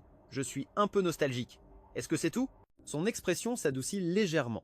Il l'aida à monter les escaliers et à entrer dans la chambre principale. La pièce avait été entièrement redécorée avec ses propres affaires, des meubles en bois et les fournitures de bureau qu'il aimait. Son regard tomba sur la table de chevet. Il y avait placé un vase de fleurs fraîches, exactement comme je l'avais toujours fait. Elle ferma les yeux, une vague de douleur la submergeant. Elle ne pouvait s'empêcher de penser à moi. Tout ce qu'elle m'avait fait lui revint en mémoire, et un flot écrasant de culpabilité et un étrange sentiment de manque l'envahirent. Chaque souvenir était comme une nouvelle coupure dans son cœur. Elle sortit son téléphone et appela son assistant. « Découvrez où la famille d'Ethan a immigré. Je veux savoir où il se trouve en ce moment. » L'assistant à l'autre bout du fil parut surpris. « Monsieur Vance, madame ?» Elle est restée silencieuse un long moment avant de répondre. « Oui. » Elle a raccroché le téléphone, s'est ressaisie et s'est dirigée vers le bureau, ouvrant le tiroir du haut. Il était autrefois rempli des lettres d'amour que je lui avais écrites. Elle avait menacé de me les faire brûler, mais je n'ai jamais pu m'y résoudre. « Chloé, ne veux-tu même pas en lire une seule ?» avais-je plaidé. Pas le moins du monde, avait-elle répondu froidement avant de quitter la pièce. Maintenant, le tiroir était rempli des carnets et des montres de Léo. Elle l'a refermé avec un sourire amer et s'est approchée du placard. Elle a ouvert les portes. Il était rempli de vêtements qui ne correspondaient en rien à mon style. Elle s'est soudainement surprise à regretter les robes sur mesure que j'avais conçues pour elle. J'avais toujours utilisé les matériaux les plus nobles, créé les modèles les plus confortables, et les avais parfaitement rangés dans le placard par couleur. Elle n'en avait jamais porté une seule. En fait, elle avait déchiré les croquis. Elle se souvint du sourire blême et peiné sur mon visage ce jour-là, et son cœur se sentit comme s'il avait été frappé par un coup de masse. Elle tomba à genoux, en proie à l'agonie, tandis que les souvenirs tournaient en boucle dans son esprit. C'était comme si elle avait été possédée à l'époque, follement amoureuse de Léo, me tourmentant cruellement. Mon amour inconditionnel, qu'elle avait piétiné sans une seconde d'hésitation. « Ethan, je suis tellement désolée, murmura-t-elle. Je suis si désolée. » Son téléphone sonna, la surprenant. Elle répondit « Mademoiselle Sterling, nous avons suivi les déplacements de Monsieur Vance. Toute la famille a immigré en Europe. Ils ont liquidé tous leurs actifs aux États-Unis, y compris l'entreprise. » Le cœur de Chloé se serra. Monsieur Vance lui-même est actuellement en vacances à Rome, poursuivit l'assistant. Je vous ai envoyé les photos du détective privé sur votre téléphone. Elle raccrocha et ouvrit le message. La première photo me montrait souriant radieusement, tenant la main d'une belle femme qui semblait être d'origine européenne métissée. Une vague de déplaisir intense et de douleur la submergea alors qu'elle faisait défiler rapidement le reste des photos. Il y en avait une de Isabelle et moi dansant la nuit, enlacés tendrement. Sur une autre, Isabelle m'embrassait sur la joue, ses bras enroulés fermement autour de moi.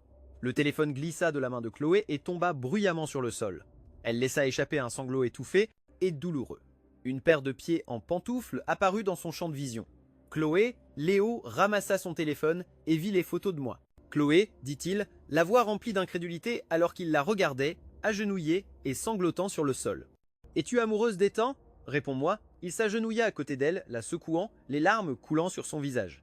Ses lèvres s'entr'ouvrirent et après un long moment, elle répondit enfin « Oui, je suis amoureuse d'Ethan. » Pendant ce temps, Isabelle et moi étions en route pour Chypre, réputés pour avoir les plus belles plages du monde, avec une eau cristalline et un sable si fin qu'il ressemblait à de la poudre, là où le bleu du ciel se fondait dans le bleu de la mer. Isabelle et moi marchions main dans la main le long du rivage du rocher d'Aphrodite. Le bleu profond de ses yeux semblait se fondre avec la couleur de la mer, créant le plus beau spectacle que j'ai jamais vu. On dit que c'est le lieu de naissance d'Aphrodite, la déesse de l'amour et de la beauté, dit-elle. La légende raconte que si deux amants prient ici, elle leur accordera un amour éternel. J'ai regardé la célèbre formation rocheuse, qui ressemblait vaguement à une déesse sortant des vagues. Je me suis retrouvé. Je voulais la croire. Mais est-ce que l'amour éternel existait vraiment ? Isabelle me regardait, l'air sérieux. Peut être que l'amour éternel est si rare que ça vaut la peine de prier pour l'avoir. Ethan, je ne peux pas te promettre l'éternité, mais je peux te promettre que ce que je ressens pour toi, ici et maintenant, est réel. Et peut être que tous ces moments réels additionnés les uns aux autres sont ce qui constitue une éternité. Je me suis perdu dans ses yeux, voulant me laisser sombrer dans la chaleur et la tendresse de cet instant unique. Nos souffles se mêlaient dans le peu d'espace entre nous. Ses cils ont battu. Ethan, hâtée, elle chuchotait. Vas-tu me repousser encore une fois ? Nos lèvres étaient sur le point de se toucher quand une voix vive a fendu l'air. Ethan, qu'est-ce que tu crois faire ? En entendant cette voix à la fois familière et si étrangère maintenant, j'ai tressailli si fort que j'ai failli tomber à l'eau. Isabelle m'a rattrapé, tenant mon corps tremblant tout contre elle. Lâche-le. La voix de Chloé était tranchante alors qu'elle agrippait mon autre poignet, essayant de m'éloigner d'Isabelle. Ses yeux sombres lançaient des éclairs de fureur qu'elle semblait incapable de formuler. Une fureur qui s'était déclenchée au moment où elle m'a vu sur le point d'embrasser une autre femme. « C'est toi qui dois le lâcher », a répliqué Isabelle, son visage transformé en un masque de colère, les yeux brillants de rage. « As-tu la moindre idée du mal que tu lui as fait ?» Au mot d'Isabelle, l'emprise de Chloé sur mon poignet s'est desserrée. Isabelle a saisi l'occasion pour me tirer derrière elle, me protégeant de son corps. Cette scène a semblé rendre Chloé encore plus en colère. C'est entre lui et moi, ça n'a rien à voir avec une étrangère comme toi. Et puis, qui es-tu? Sa conquête du moi? Ou tu n'es même pas sa petite amie? Les paroles de Chloé ont visiblement touché une corde sensible chez Isabelle, même si je pouvais voir l'incertitude dans son regard. Elle n'a pas bougé de sa place devant moi. Chloé a eu un sourire méprisant. Sais-tu seulement qui je suis pour lui? Il est amoureux de moi depuis 15 ans. Et toi, est-ce que tu le connais depuis ne serait-ce que 2 mois? Isabelle a baissé le regard, ses épaules tremblant légèrement. Prenant cela pour de la faiblesse, Chloé s'est avancée. Si tu sais ce qui est bon pour toi, tu ferais mieux de dégager. C'est là qu'Isabelle a explosé. En une fraction de seconde, elle a armé son bras, son poing percutant de plein fouet la mâchoire de Chloé, la faisant tituber en arrière dans les vagues. « Laisse-moi te donner un conseil », a dit Isabelle, le regard enflammé. « J'ai été championne d'Europe junior de boxe pendant 3 ans d'affilée, et même si c'était il y a un certain temps, je suis certaine de pouvoir encore te maîtriser. » Le poing d'Isabelle a fendu l'air, frappant durement Chloé au visage. Chloé a tenté de bloquer le coup, mais elle était trop faible. La différence de force entre elles était trop importante. Le sang a coulé sur le visage de Chloé. Isabelle a secoué ses poings pour en enlever le sang et a regardé Chloé avec un mépris glacial. « Ethan t'a aimé pendant 15 ans. Et qu'est-ce que tu lui as donné en retour? De la souffrance, de la peur, un traumatisme. Elle a pris ma main. » Sa voix était un avertissement grave. « Reste loin de lui. » Puis elle s'est retournée et nous nous sommes éloignés, laissant Chloé allongée dans les eaux peu profondes. L'eau salée lui brûlait le visage, lavant le sang tout en s'infiltrant dans son nez et sa bouche. Elle s'est assise en toussant et a regardé d'un air absent nos silhouettes s'éloigner. Pourquoi a-t-elle murmuré pour elle-même, se sentant désemparée? Son corps semblait plus faible que jamais, mais l'image de moi dans son esprit était plus nette, plus vivide. Une émotion puissante et inconnue avait brisé ses défenses, la poussant à tout abandonner, à quitter Léo, à venir jusqu'ici. Et quand elle m'a vu, l'homme auquel elle réalisait maintenant qu'elle pensait jour et nuit, sur le point d'embrasser Isabelle, elle avait perdu tout contrôle. Serait-ce possible? Elle posa une main sur son cœur, sentant ses battements forts et réguliers. Se pourrait-il qu'elle m'ait aimé depuis le début? Elle se souvint de l'étrange voix mécanique. Était-il possible qu'elle et Léo soient le héros et l'héroïne d'une histoire? Et qu'en tombant amoureuse de moi, le méchant, elle était sortie du scénario. Elle baissa les yeux sur ses mains et se mit à rire. Donc tout ça, la faillite de sa famille, la mort de ses parents, sa haine inexplicable pour moi, son amour instantané pour Léo, tout cela faisait-il simplement partie d'une histoire pré-écrite? La voix mécanique résonna de nouveau dans sa tête. Protagoniste féminine, vous avez pris conscience de la vraie nature de votre réalité. Il vous est ordonné de remplir vos obligations, en tant que protagoniste, et de retourner aux côtés de Léo. Sinon quoi? Demanda Chloé, ses yeux se plissant en un sourire froid. Sinon, vous serez supprimé en tant que fichier corrompu. Votre détérioration physique récente est le résultat direct d'une intervention du système. Vous avez contrôlé ma vie pendant tout ce temps et maintenant vous allez me supprimer. Le système resta silencieux un instant. Chloé, savez-vous pourquoi Ethan, qui avait toujours refusé de signer le contrat, a soudainement changé d'avis? Elle était stupéfaite. Pourquoi? Exigea-t-elle. La première personne à prendre conscience de cette réalité n'était pas vous. C'était Ethan. Il ne comprenait pas toute la vérité comme vous le faites maintenant, mais son obsession pour vous, son refus de suivre le chemin qui lui était prescrit, a provoqué une déviation dans l'intrigue. Il n'est pas sorti du récit au moment désigné. Le système continua, ce qui a eu pour conséquence que Léo a été dévié sur la trajectoire prévue pour Ethan, quittant le pays le cœur brisé. Dans cette chronologie, pour venger Léo, vous avez poussé les parents d'Ethan au suicide, puis vous avez torturé Ethan lui-même à mort. Ses yeux étaient injectés de sang. En entendant la description de la façon dont elle m'avait torturé à mort, son cœur se serra d'une douleur violente. Par conséquent, je lui ai révélé la vraie nature de l'intrigue pour tenter de restaurer la chronologie originale. Je n'avais pas anticipé que vous, la protagoniste féminine, commenceriez alors à dévier et que toutes les tentatives de correction échoueraient. La voix du système semblait presque lasse. Si vous retournez auprès de Léo, il y a peut être encore une chance de corriger le récit. Jamais le mot était un grognement sur ses lèvres. Je ne serai plus votre marionnette. Je vais vivre ma propre vie. Ce n'est pas possible, Chloé, répondit froidement le système. Vous avez été créée pour être l'héroïne. Vous n'êtes pas autorisée à avoir des pensées indépendantes. Si vous continuez sur cette voie, l'intégrité narrative de ce monde s'effondrera et vous cesserez d'exister. Et qu'en est-il d'Ethan? demanda-t-elle après un moment de silence. Ethan sera réassigné comme nouveau protagoniste. Il sera autorisé à vivre la vie de son choix. En entendant cela, Chloé laissa échapper un long soupir. Eh bien, alors c'est décidé. Je ne retournerai certainement pas avec Léo. Je suivrai mon cœur et j'aimerai Ethan. Voyant qu'elle ne pouvait être influencée, le système ne dit plus rien. Puisque vous avez fait un choix irrévocable, ma présence n'est plus requise. Sur ce, la voix dans sa tête se tut. Ethan, murmura Chloé, en serrant les poings le long de son corps. Dans ce cas, je te dirai ce que je ressens vraiment. De retour dans une petite Tivera en bord de mer, Isabelle et moi étions assis dans un silence confortable. Le serveur apporta plat après plat de délicieuse nourriture crétoise. Je suis désolé, ai-je dit, de t'avoir entraîné dans tout ça. Isabelle m'a regardé, son expression douce. Ethan, rien de tout ça n'est de ta faute, et d'ailleurs, j'essaie de gagner ton cœur après tout. Elle a versé un vin rouge profond dans mon verre. Tu dois goûter le vin local. Elle a levé son propre verre et l'a fait teinter contre le mien. À Ethan, a-t-elle dit, et à la première étape de sa nouvelle vie. Alors que nous buvions ce vin riche et onctueux, son sourire semblait encore plus captivant. Je ne sais pas ce que j'aurais fait sans toi aujourd'hui, ai-je dit, la regardant avec reconnaissance.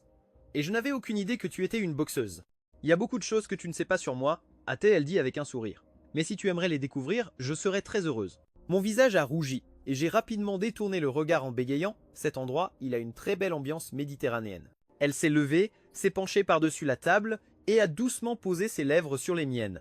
Désolée, a-t-elle dit en se rasseyant avec un sourire, bien que ses yeux soient restés fixés sur ma bouche. Je voulais juste terminer le baiser que nous avions commencé au rocher d'Aphrodite. Mon visage était en feu, et mon cœur battait la chamade. Elle m'a regardé, son sourire si doux, son regard si sincère.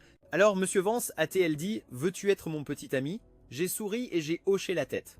À cet instant, pour la première fois depuis longtemps, je n'écoutais que mon propre cœur. Non. Chloé, trempée jusqu'aux os, s'est apparue de nulle part et a attrapé mon poignet, me faisant lâcher mon verre de vin qui s'est fracassé par terre. Isabelle s'est levée d'un bond, la voix acérée. Lâche-le. Chloé l'a ignoré, les yeux rivés sur moi. Ethan, je sais tout. Ma relation avec Léo, ce n'était qu'une partie du scénario. La personne que j'ai vraiment aimée depuis le début, c'est toi. La colère d'Isabelle a fait place à un air de pitié stupéfaite. Tu es folle? Isabelle a attrapé le col de la chemise de Chloé, mais le regard de Chloé n'a jamais quitté mon visage. Ethan, le système m'a tout dit. Je suis vraiment désolé. Je me rattraperai auprès de toi. Mes sentiments pour Léo, ils n'étaient pas réels. Ils faisaient juste partie de l'histoire. En vérité, je t'aime, moi aussi. Une lueur de mépris a traversé mon visage. Chloé, qu'est-ce qui te fait croire que je t'aime encore? Elle m'a dévisagé. Tu m'as quitté uniquement parce que le scénario t'y a obligé. Le système vient de me dire qu'il est parti pour de bon. Plus rien ne se dresse entre nous maintenant. J'ai secoué la tête. Je ne t'ai pas quitté à cause d'un scénario. Je t'ai quitté parce que tu m'as complètement et entièrement brisé le cœur. Je me suis dirigé vers Isabelle et j'ai pris sa main. Je t'ai aimé pendant 15 ans, Chloé, et pendant 15 ans tu m'as repoussé. Maintenant que j'ai enfin trouvé une nouvelle vie, une nouvelle personne à aimer, tu te pointes et tu exiges que je t'aime à nouveau. En regardant son visage d'une pâleur mortelle, je n'ai pu retenir un ricanement. Je ne t'aime plus, Chloé. S'il te plaît, sors de ma vie et n'y reviens plus.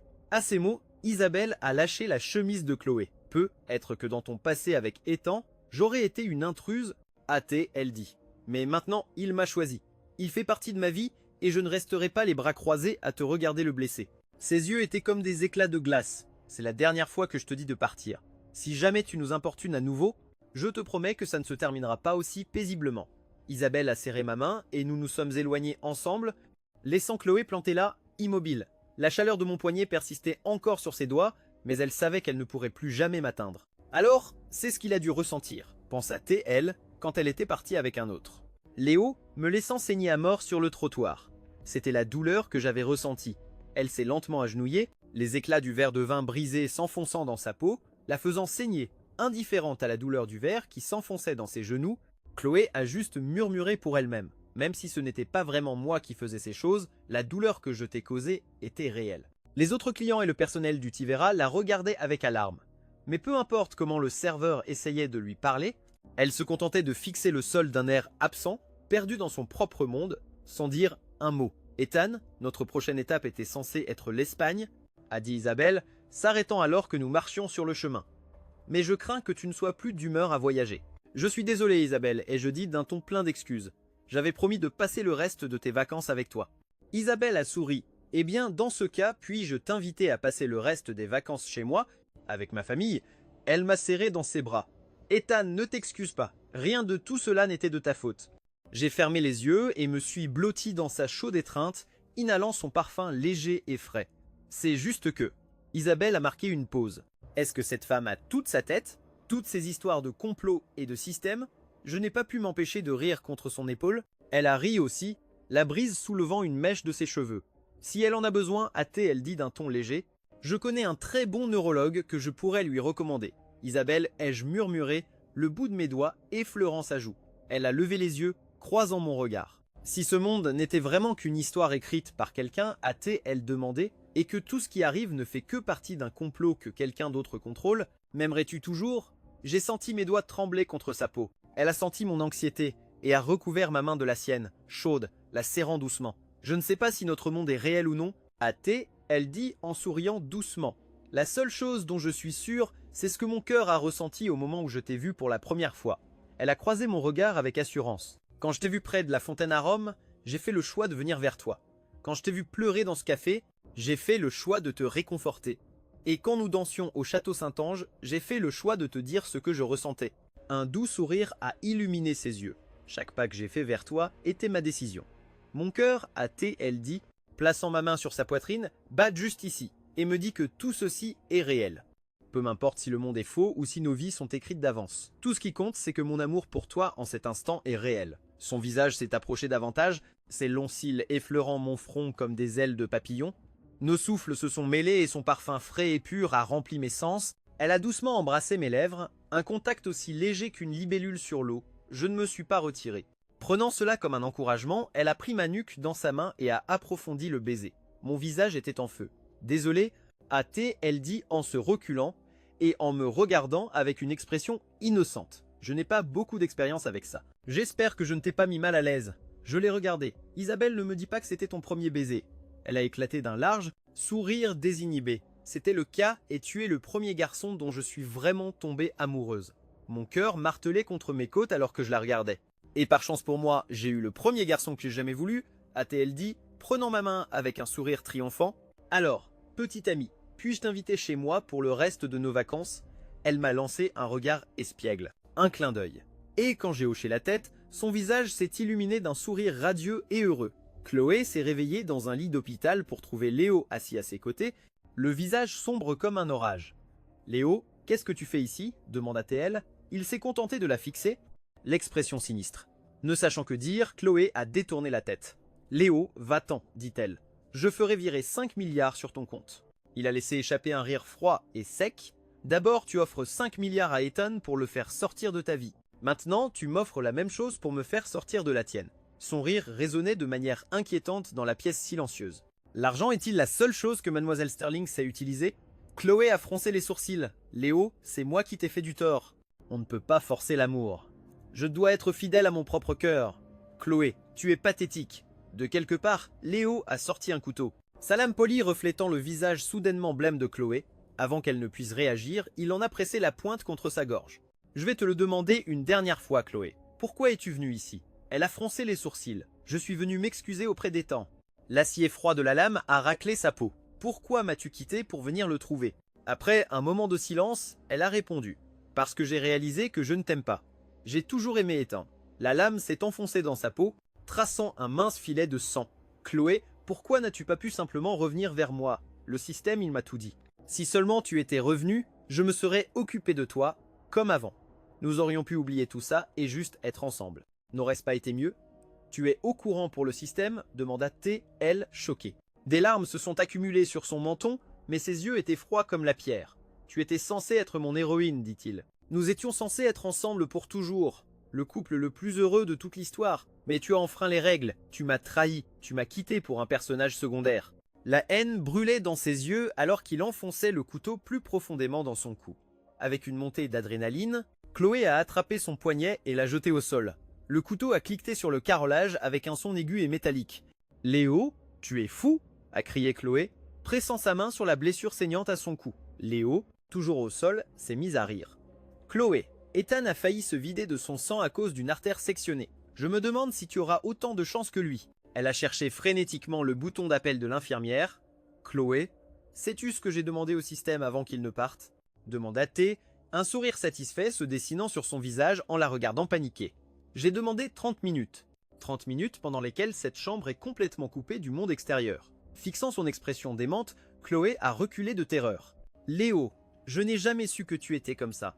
De quel droit me juges-tu » Athée il hurlait. « Tu avais le choix. Tu aurais pu choisir de ne pas m'aimer. Tu aurais pu choisir d'aimer Ethan. Tu aurais pu simplement suivre le fichu scénario. Mais non, Athée il continuait, la voix s'élevant. Il fallait que tu m'aies. Il fallait que tu chasses Ethan. Et ensuite, seulement ensuite, tu as décidé que tu l'aimais finalement et tu m'as jeté. » Le sang s'infiltrait entre ses doigts et sa vision commençait à se brouiller. « Je veux que tu meures ici, juste devant moi, » dit Léo, un sourire affreux sur le visage. « Je veux que tu ressentes la douleur qu'Ethan a ressentie. La douleur que je ressens. Une femme infidèle et déloyale comme toi ne mérite pas une fin heureuse. Tu ne mérites pas d'être l'héroïne. » Son visage tournait devant ses yeux alors qu'elle s'effondrait sur le sol. Il a ramassé le couteau, plaça un pied sur sa poitrine pour la maintenir et commença à la poignarder encore et encore. Ses lèvres bougèrent et des souvenirs d'un temps lointain commencèrent à défiler devant sa vision déclinante. Moi enfant, moi adolescent, ils étaient tous là, en train de lui dire quelque chose. Elle essaya d'entendre ce qu'ils disaient, essaya de les atteindre, mais elle ne pouvait pas les rattraper. Elle se sentit trébucher et tomber. La version de moi de la vie passée, celle qu'elle avait torturée à mort, était allongée sur le sol devant elle. Ses yeux s'ouvrirent brusquement et il se releva lentement. Sa peau pâle s'effritait et tombait tandis qu'il bougeait, ses yeux blancs et morts fixés sur elle. Il la cloua au sol avec son pied, un couteau apparaissant soudainement dans sa main. « Chloé, je ne t'aime plus » siffla le fantôme. « Je te déteste !» L'image spectrale de moi fusionna avec la véritable silhouette de Léo, tous deux tenant un couteau, tous deux le plongeant sans pitié dans son corps. Avec un dernier cri rempli de haine, Léo mit fin à la vie de Chloé. Léo s'effondra dans la mare de sang à côté d'elle. D'une main tremblante, il leva le couteau vers sa propre gorge. Il jeta un coup d'œil à l'horloge numérique sur le mur. 15 secondes restantes. « Chloé, murmura-t-il, je ne veux plus jamais t'aimer. » Il leva les yeux, des larmes traçant des chemins à travers le sang sur son visage. Il se souvint d'un rêve qu'il avait fait une fois. Dans ce rêve, il était un jeune stagiaire pauvre mais déterminé. Dans ce rêve, il n'avait jamais rencontré Chloé Sterling. Il avait gravi les échelons, gagnant le respect de ses supérieurs grâce à son talent et à son travail acharné, pour finalement devenir le plus jeune PDG de l'histoire de l'entreprise. Il avait rencontré une femme qu'il aimait, et ils avaient construit une vie heureuse et épanouie ensemble. Il était mort paisiblement de vieillesse, entouré de ses enfants et petits-enfants, le cœur rempli de gratitude. Il passa vivement la lame sur sa propre gorge et s'effondra, sa conscience sombrant dans l'obscurité. « Adieu Chloé !» murmura Léo Miller dans un dernier souffle. « Je vais vivre ma propre vie maintenant. » Isabelle et moi sommes retournés à Paris dans une magnifique villa d'un beau quartier tranquille. Le jardin de devant débordait de roses éclatantes et parfumées qui rendaient la maison encore plus magnifique. La porte d'entrée s'ouvrit et une femme vêtue d'une élégante robe de soie en sortit. « Vous devez être Ethan, » dit la mère d'Isabelle, en me prenant la main avec un sourire chaleureux. Nous étions tous si curieux de rencontrer le jeune homme dont notre Isabelle ne peut s'empêcher de parler. Elle retira un magnifique bracelet de jade de son propre poignet et le plaça sur le mien. Et maintenant que je vous ai rencontré, je comprends pourquoi. Je vous apprécie déjà. « Entrez, entrez, dit-elle en me faisant passer la porte. « Oh mon Dieu, j'ai laissé quelque chose sur le feu, s'exclama-t-elle en riant avant de se précipiter vers la cuisine. Au bruit de notre arrivée, un énorme bouvier bernois entra en bondissant dans le hall, tournant autour de moi avec excitation. Il s'est ensuite affalé devant moi, posant ses énormes pattes sur mes chaussures. Winston renifla mes mains avec curiosité, puis, avec un aboiement joyeux, il se lança dans mes bras. Le poids total d'un bouvier bernois adulte était plus que ce à quoi j'étais préparé, et il m'a fait basculer par terre. « Winston !» s'écria Isabelle, se précipitant pour l'enlever de sur moi. Mais je l'étreignais déjà en retour, des larmes commençant à couler sur mon visage. « Mon pote !» murmurai-je. Ça faisait si longtemps que je n'avais pas tenu un chien dans mes bras et je ne pouvais penser qu'à lui. Voyant mes larmes, Winston devint anxieux, gémissant et me poussant avec ça. Le museau, pensant qu'il m'avait blessé. Je l'ai vite rassuré, et il s'est calmé, léchant doucement les larmes de mon visage. J'ai ri en essayant de repousser ses baisers baveux.